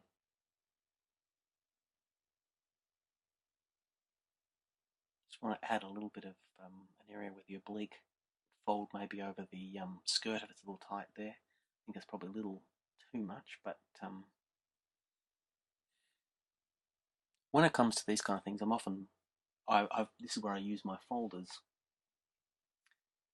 I'll have my base color, and then I'll paint bits on top, but then I'll often merge them back down again. So if I keep them all within the folder, this particular folder being shirt, the moment I've managed to create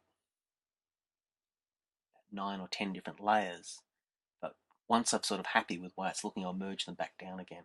But keeping them all within that same folder helps me keep track of the layers as I create them.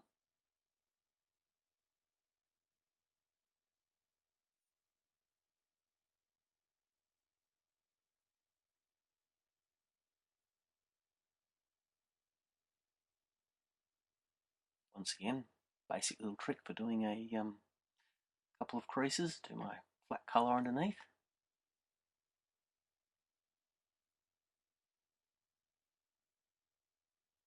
And then I'll select the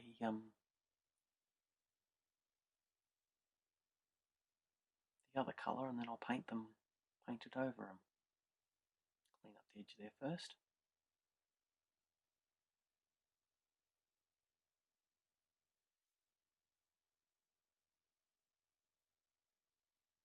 Because it's standing out just a little more than the shirt underneath, I'll probably just make it a little bit light, make that was one of the lighter areas, the top edging of the crease. Tone that oblique back just a tiny bit. That's the layer over the base that I'm switching off and on there.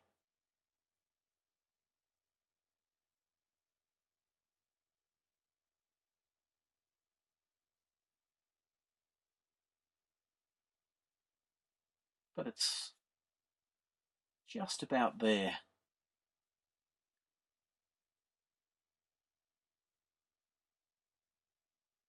Skin tones are looking a little duller now that the shirt is so bright. What I can do is, because all the skin tones are on one layer, I can play around a little bit with the brightness and saturation.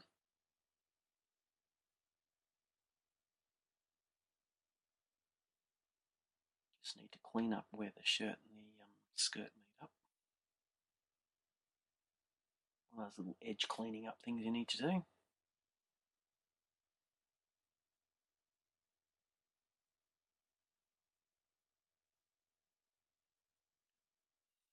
And there we go. Quite happy with that. Just sharpen up a couple of the the edges, make the material look tighter.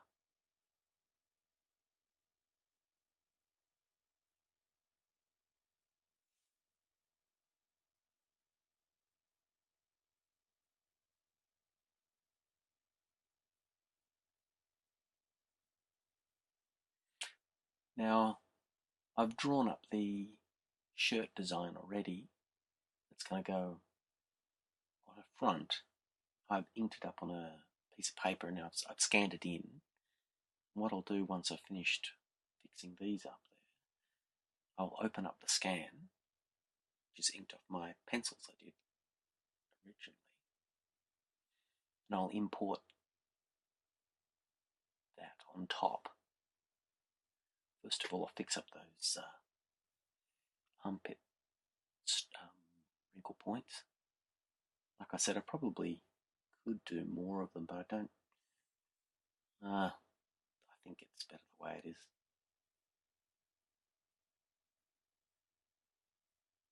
Of course, I need to do the stitching on the other shoulder. At the moment, I've only got stitching on one shoulder. We want to make this a quality produced piece of clothing. Don't want to forget our stitches. Don't want to make it too obvious. It's just a subtle thing. That's a bit better. Not about the stitching. It's there. That's just to enhance. Not whether people notice or not. It's just that it's a little visual cue that their subconscious might pick up. Okay. Save our file.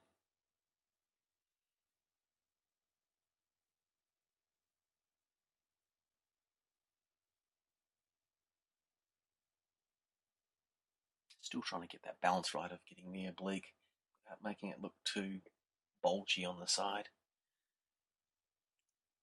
What I'm doing now is merging all those shirt layers, opening up my sketch, pulling in the inked version of the t-shirt design, and placing it in the image here. I've just told it to draw a line around the outside, but because we're on an angle, I want to make sure that the line is not the same even thickness because of perspective. So I'll just quickly clean up the edges around and make it appear to be right. I've set that line to soft light or overlay. It means the white will then won't be pure white, and I'll pick up the tones from underneath.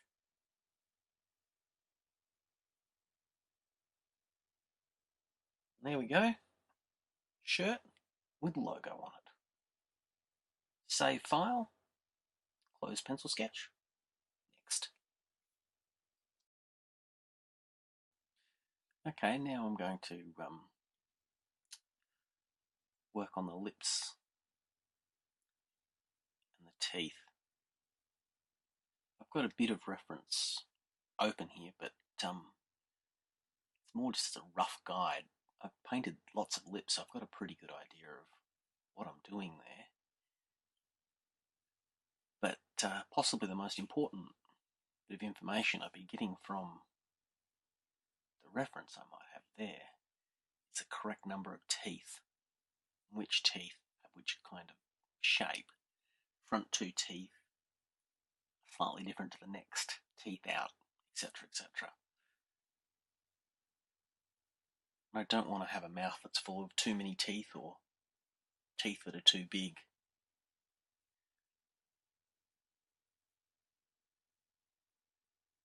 Lips are quite interesting in the fact that you get those little creases and ridging on them. So what I'll do is work up the basic smoother shapes and start giving little hints of the little cracks and creases in the lips. Because it's not a close-up of the face, just the face alone, though I don't need to be too detailed with it. Though in saying too detailed, I think I have a bad habit of being too detailed in everything I do.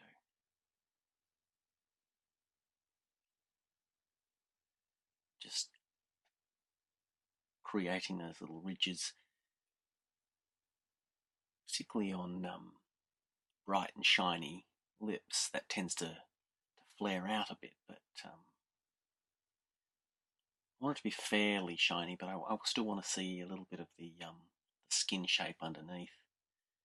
I don't want to look like it's plastic coated on or something like that.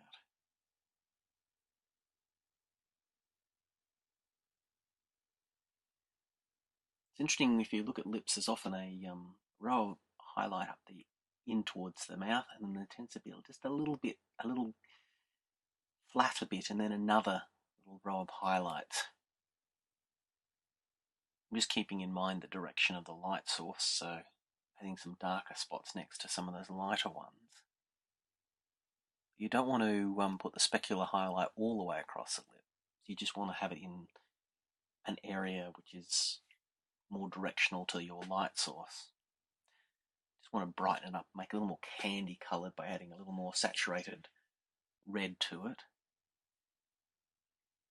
If I'm looking in the smaller window, it's starting to be the sort of colour and feel that I want.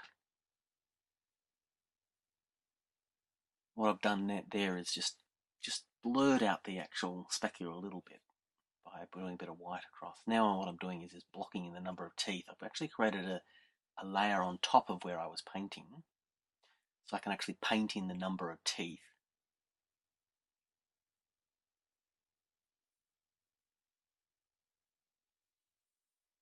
And then I'll dim it back a little bit, and then I can still see the teeth shapes. Start to paint them in. I'll either work over that layer or just delete it afterwards.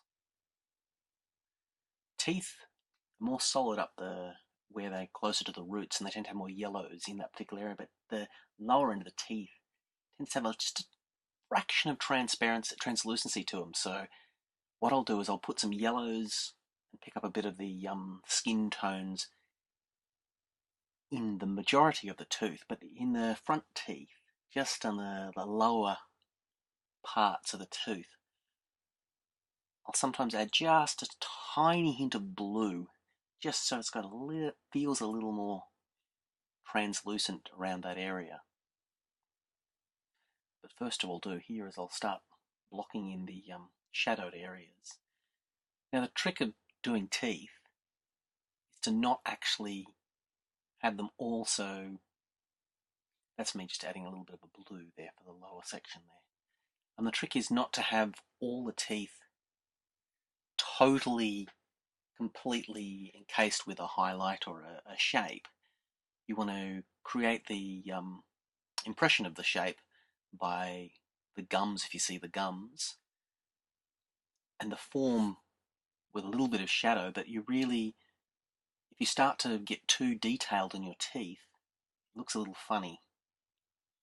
If you look at some of the pictures, the reference there by Gil Elverin pictures, his teeth are just basically white patches with just a tiny hint of a couple of teeth, not the whole lot.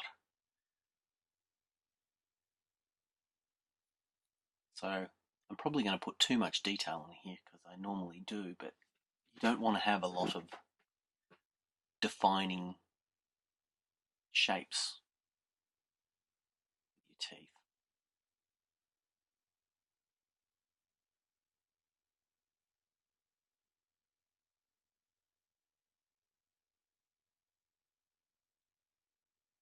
I'll use a softer brush a fair bit on the actual tooth surface, but for the rest of it I keep that sharper edge brush set to the low opacity, and I'll just build up my tones that way.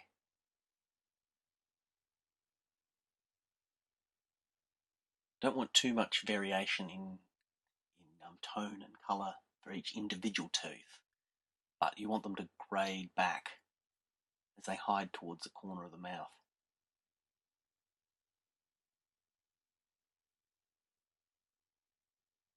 At the moment they're looking remarkably white teeth, probably too light, but once I've marked in the gums and marked in the lower line of the teeth, I'll go over with a little darker shade, just pull back the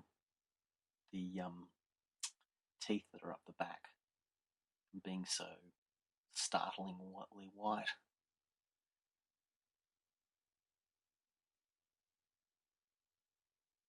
He obviously doesn't need to go see a dentist or uses a very good tooth whitener.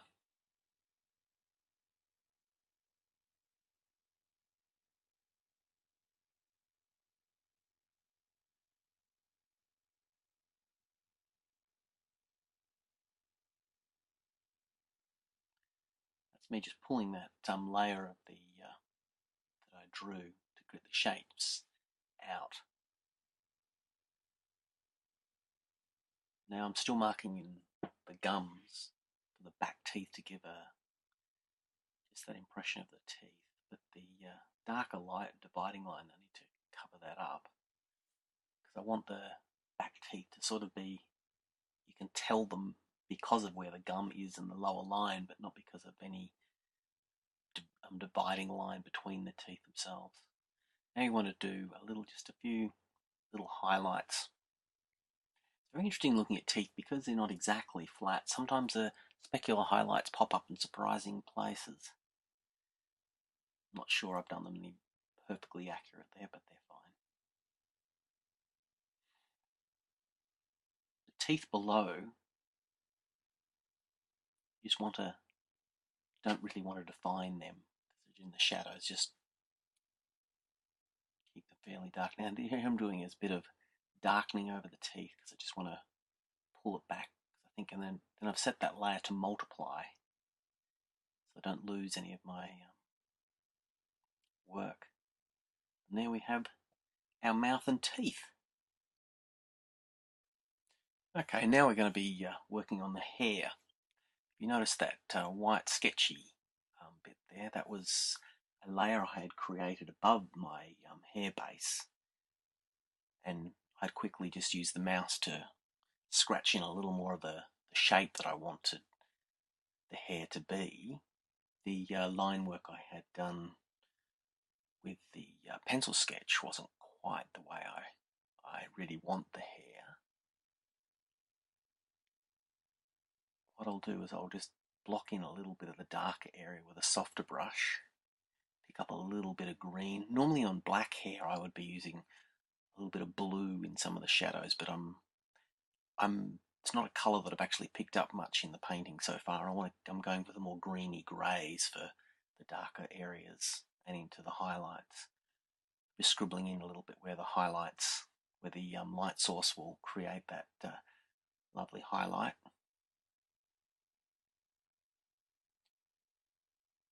Okay, now I've loaded up the back highlight colour I used. Now I will create another layer because I want the hair highlights to be a little bit different. I'll create a layer above my base hair, quickly just block in a little bit of the back glow. Usually when you're doing a sort of a back glow colour through hair, I like to use not just one colour, I use a couple of them, but in this particular case I've kept it fairly simple.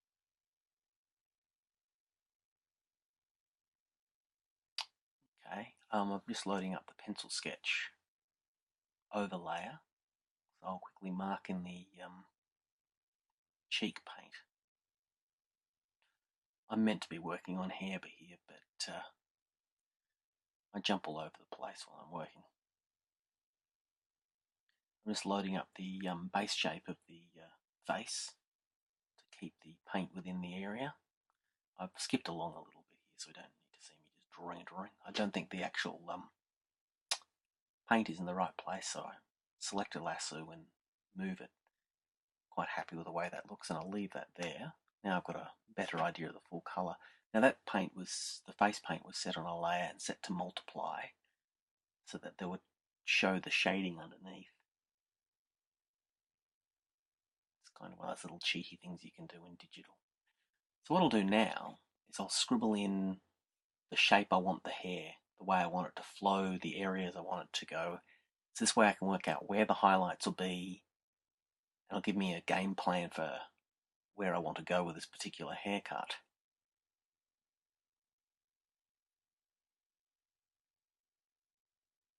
Now painting the black hair should be simple because it should be a matter of highlights and just having to paint individual hairs in there, but I end up often painting little bits of hair even in the shadows.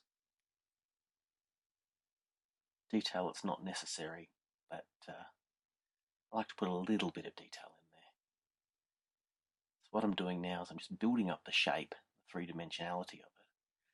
I'm following my game plan there to work out the way the light would be hitting across the curves of the hair. Now I'll turn that on, dim it back for a little bit.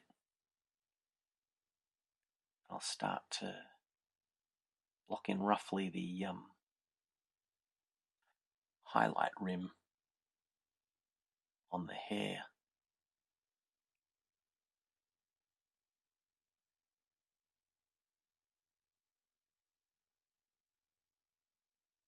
There's no real magic trick to painting hair. I get it, some people asking me, how do you paint hair? It's just a lot of hard work, really. Once you've blocked in your shapes and your hair, the way it's flowing, it involves lots of painting with, well, the way I painted, it involved lots of single line, 1 and 2 pixel line work. Now I'm starting to, across the, I've created a new layer above the base there, and I'm now, with a 1 or 2 pixel brush, just going to scribble in lots of hairlines, just lots and lots of them. Now they look a little hard because a single pixel brush will create quite a little hard line. And usually I don't like to use the smudge tool for basically anything when I'm working digitally, because it tends to splinter and pull the pixels. But when I'm painting hair, that's where I make the exception, because I can soften up all the hard lines that I create using the individual brush. It's just a single hard edge brush that I'm using, 1 pixel. Now what happens when I'm working in painting hair? Once again, this is where the folder comes in handy, because after a while I start to create multiple layers, which then I can go flatten. What I'm doing here is I'm now going back over the hair that I created, a single pixel line, with a eraser tool set to a low opacity, and I'm just rubbing out a little bit around the middle of it where the highlight will be, so that the lines have got a softness in the middle. The thing about hair though, unless it's almost plastic, the reflection is not an even straight line, so I want to break it up. Have some areas that slightly thicker in the highlight, other areas where I'll have it'll be like a little indent, so the line will be darker and thicker across there. And this is where I'm using the smudge tool. I'll pull all these lines that I've created, soften them out and curve them to more the shape I want. Now, I've also, you might have seen that, I selected the single individual hairs that I painted across the highlight. I selected them and then went to the menu and ran a Gaussian blur over them, about just 1 pixel, just to soften the edge off them. What I've done now is created another layer and done a white spray across with a soft brush and set it to soft light, and that'll just punch out that highlight a little bit more. And now on the same layer I'm just adding up a little bit more white in area, making it a little more uneven. Now I'm just brushing around the edges so the grade on the highlights softer.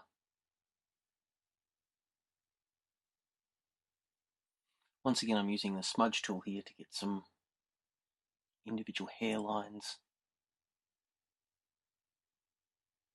I've got the brush set at this point, a soft brush with about 5 pixels to get slightly wider lines so we get a bit of variety.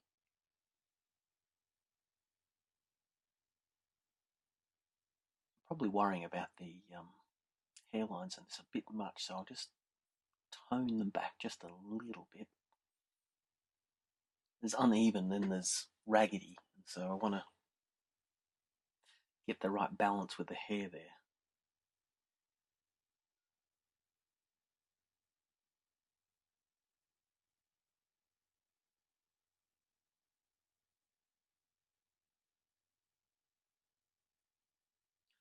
Now what I want to do is get the edge of the hair a little cleaner. So I've gone back to my base layer of hair to clean up. Now I'm creating another layer. I'm just going to do a really light hint of single hairs coming down into the front part of the hair. Now at the moment they're a little bit too dominant, so I'll use the erasing tool. Because they're on a separate layer, I can come back and just tone them back a little bit.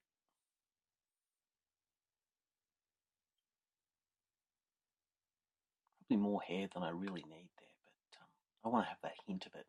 If I do enough hair in a couple of the important areas, enough detail, it doesn't matter so much in the area where it's dark that you don't see any because your eyes fill in the rest. Now the important bit then is, well, the bit that really sells it though, is having those single strand just hanging at loose strands. To do them, I just use the 1 or 2 point pixel brush, draw the arc, the line, and then to soften them back a little bit, I use the smudge tool on a fairly broad brush, but on a low setting, just to soften them. Now I'm using the smudge tool to set on about a single pixel, two pixel line width, just to create along the edge some strands. Now this looks a little bit hard, but what then I'll do is I'll go back over it with a broader soft brush, like this. Just soften it up a little bit.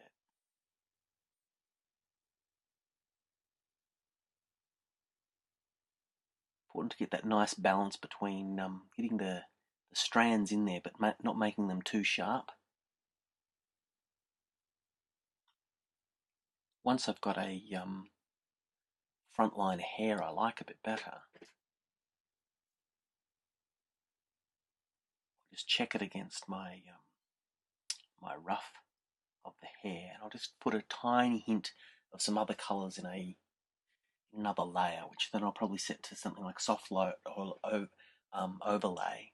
Turn it back just a little bit because you want to have just a hint of variation in the colours in places.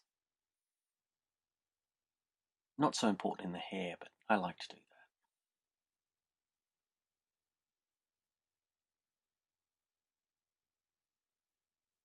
that. As I said, usually I put some blues in when I'm painting black hair, but I don't particularly want to introduce that as a colour in this particular piece. I want to keep it more in the green tones. It's time to do a little bit more cleaning up.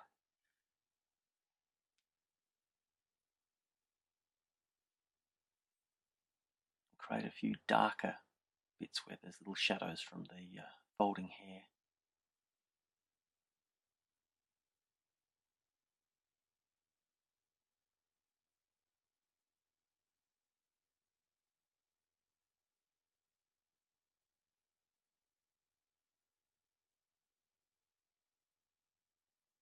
Smudge tool once again is just softening those individual hairs back. Now I think that looks like it's coming out of her eyeball, so what I'll do is I'll move them down a bit lower and then delete where it's overlaying the face. As I said, when I'm painting hair, I start creating a lot of layers That's why it's nice to have, or important to have, a folder labeled, say, something like hair, so you can you find other stuff without getting all mixed up. But then I'll come back and I'll merge many of those layers, keep it more manageable. Now what I'm doing is creating a little bit of a shadow underneath the hair. It's a layer I put between the skin layer and the actual hair layer. If you get to put that little shadow in there, it doesn't quite sell it as being as 3D and real.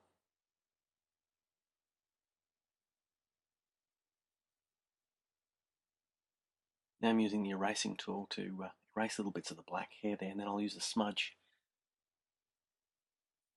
tool to soften those lines up again.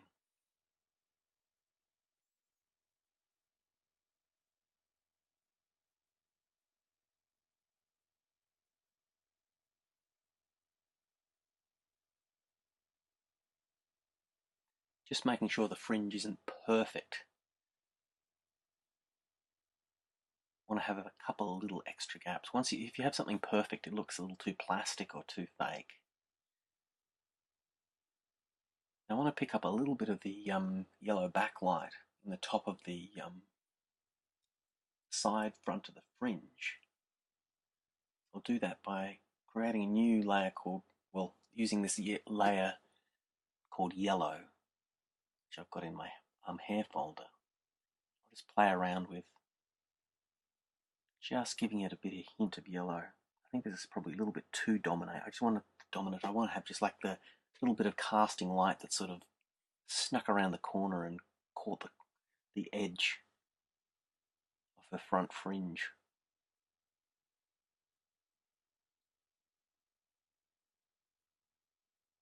Even with my layer with my plan of how I want the hair to flow, etc.,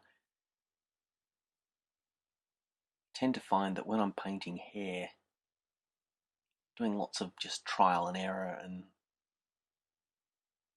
moving along, drawing strands, probably not as planned as it should be. The basic principle, though, and what I'm using for the black hair in particular, is to draw a highlight, a layer above. I'll scribble lots of hairs, and then I'll use the erasing tool to tone back the middle of that across the highlight area and blur those individual hairs, which I just did then, just to soften them up. And that's the basic principle. Then I'll use a bit of a smudge tool, a little bit of overlay of paint. It's not a particularly complicated process. It's just I'm not particularly fast at it, I guess.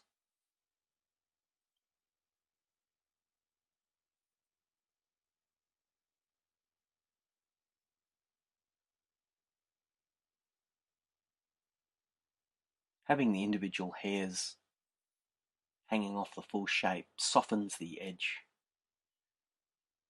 as well as if you look at someone's hair, there's usually some hair sticking off the sides, unless they use a real lot of hair product.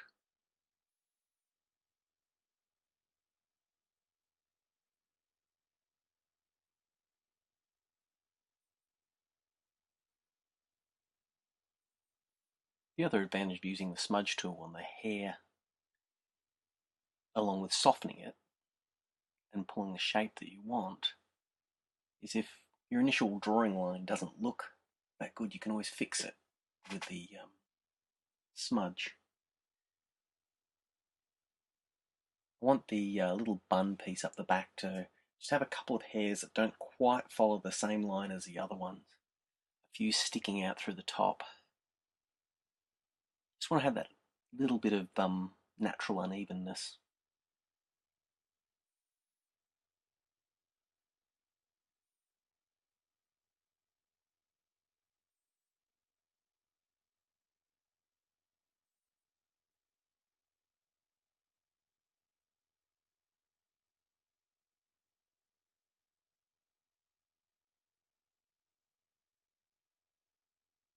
Just need to pull that highlight up a bit more. It's a bit dark there.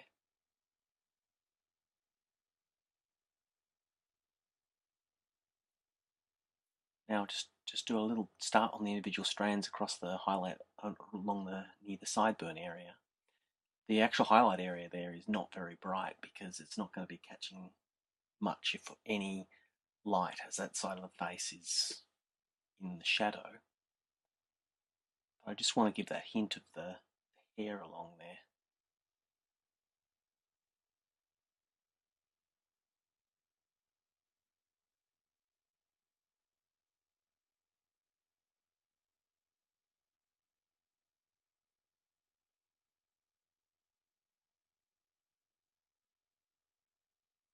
Just want a couple of different toned hairs in the darker areas. A little bit bright at the moment, but I'll tone that back by using the erasing tool. This is all on a separate layer again. I now built up quite a few layers with different hairs. Just check the flow, make sure I'm following the lines that I wanted.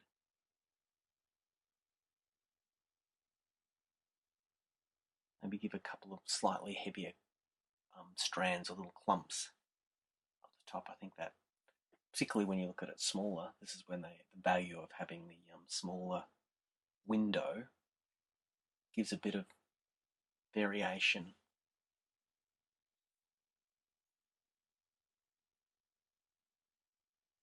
I'm using the erasing and the smudging tool just to get those individual hairs along the side. Just need to soften them up. I don't want them too harsh.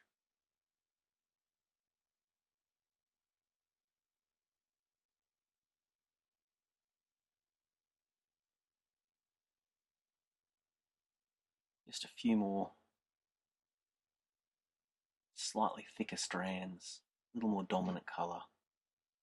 I put a few in there in the dark areas, just a couple. It'll gives you that visual cue of the direction that the hair is flowing in there. I don't need to do lots of lines, just one or two. And of course, having one that's just hanging a little loose, I think is kind of cool. Need to draw some single haired lines, just the generally little cluft of single little short hairs near the ear. Then you need to keep them very soft and just a subtle hint of them. So I use the smudge tool once again to tone them right back.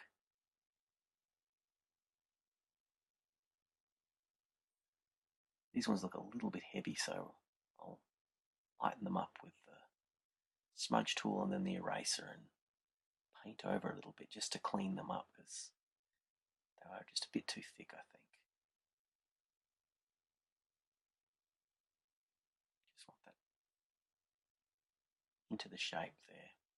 I'll just put a bit of tone in the other areas.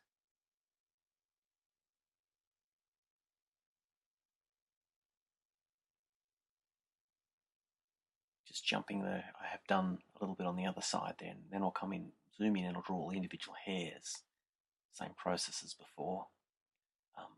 Blur them a little bit, and then use the erasing tool to tone them back in the highlight area. I've just turned the yellow layer back on, which I'd use to quickly block the edging of the hair. I'm not entirely convinced that this is the most accurate looking way of getting a nice backlight through the hair. Usually I'd use, say, another in-between colour and note, like maybe a little stronger green or orange or blue to mix between the black and the yellow. But I'm just going to keep it fairly simple on this.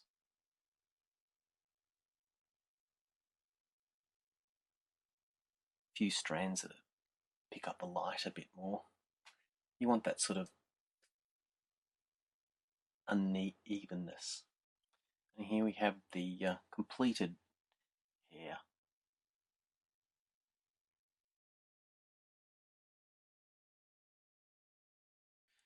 Okay, now we're going to look at a quick and easy way to create a tattoo. I've drawn a line version of the tattoo, scanned it in, coloured it, tinted it slightly bluey green, put a few graded tints underneath. And I've copied and pasted it as a layer above the body layer of my figure here. and scaled it to approximately the scale I want. Now I set it to multiply so the underneath colours come through a little bit. And what I'll do now is I'll use the warp tool in the distort function. I'll just wrap the drawing around the arm a little bit. I'll do the same up the top.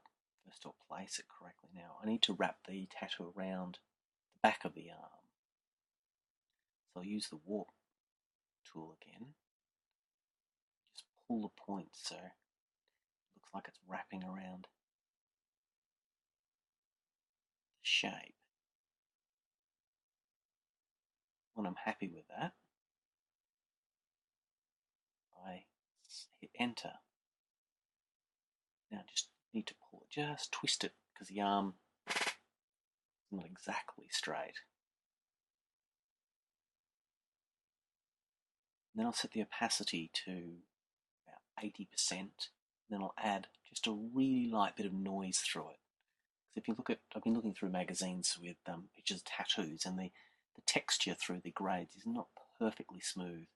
And what I've gone and done is place the tattoo layer above the back yellow light layer, because you still would see some of the tattoo in the yellow area. But I need to then just erase it back a little bit, because the light would be washing out the line work in reality. Just a bit more warping to get the shape just right. You can see the noise filter I've run through the tattoo there. Now I'll just clean the use the erasing tool just to tone back the area in the highlights. And that's pretty much it. Quite a simple and effective way to do a tattoo. Just add a little bit of a highlight through it, just where the front light hits. And we're done.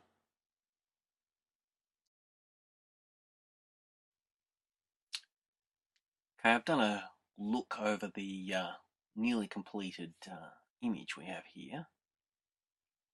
A few little things and little touches that I need to just fix before I send it off. It's really important to either give yourself a little bit of a break, or just stop and have a really good look, particularly when you're doing detailed work like this. Because every now and then there's some little thing you missed, like in the particular bit I'm working on here. I don't think the armpit is quite working. Needs a little more shadow and a little more definition there.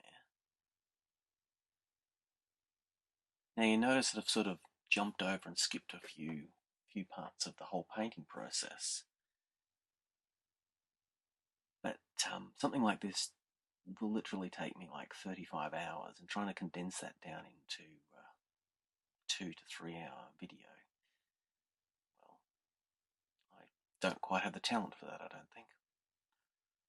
And you're probably sick of me talking by now anyway, if you've got this far. Just working on the getting a more defined little area around the armpit again. Now what I'm going to do, final last stage, I'll generally create an extra layer. I'll start putting just tiny little creases and a few little skin imperfections.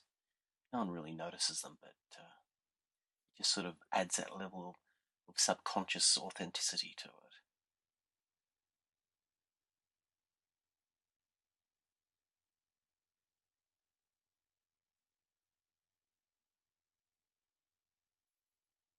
Lots of zooming in and out while I work on these sort of stages, because it's more just noticing little things that are not quite right, fixing up little lines, adding a little darkened area around on the shoulder.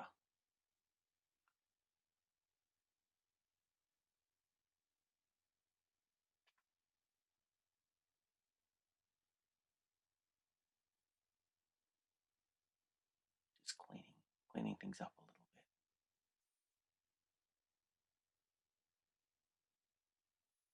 I want the hair behind the shoulder there, not over the shoulder. That'll also help me define that collarbone ridge a little bit better, the point where it intersects with the shoulder itself.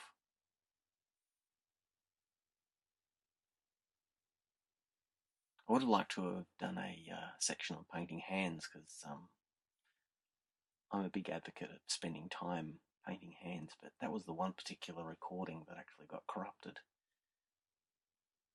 I'm a bit of a novice to this recording business, so it might have been my fault rather than the software, I'm not sure.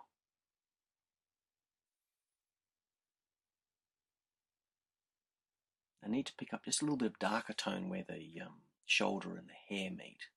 Skin needs to reflect the thing that it's around it a little more. That's a bit better, because before the line was just a little bit too defined.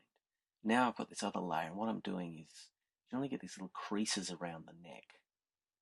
Just going to do a few scratchy, scribbly lines around there on a layer, and then pull back the opacity of it, and then soften it even more by using the erasing tool. But just a little bit of where the skin is stretching, particularly around, well, she doesn't have an Adam's apple, but maybe she does. Just around that part of the neck.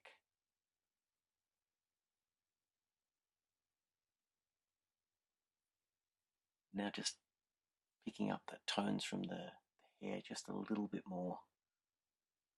Gives it a little more three-dimensionality, otherwise it's this flat neck sticking out.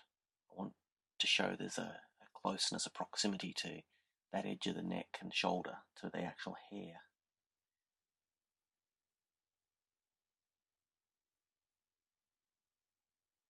Now I'm just drawing another layer, and what I'll do is a couple of little sunspots and little imperfections, just a couple of dots with a plain hard edge brush. Just put a few in there. They're very subtle, and then what I'll do is I'll pull the opacity back of that right back, so you know it's there, but it's not standing out. Now just the top of the collarbone, I want just a little bit more sharpness on it, I think. Just a little too soft up the very top, just to define that area where the collarbone goes across and there's that indent muscle.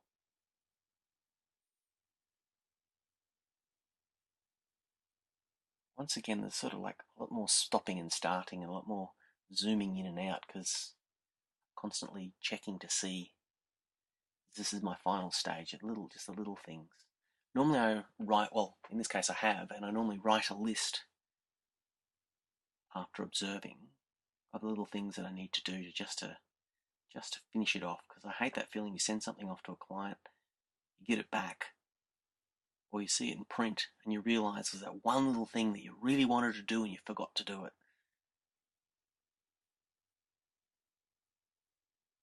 So to avoid that, at the very end of a job, I sit there and have a good stare, go through everything, go from top to bottom, make a list of all the things I need to fix, and go through them.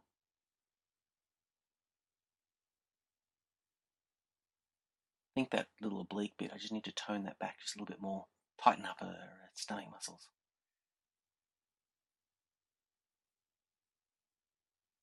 Just a little more light across the shoulder.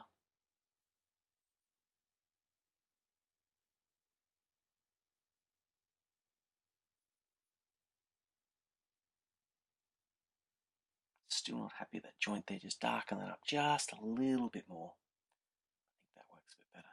Probably just a tiny bit on the other side.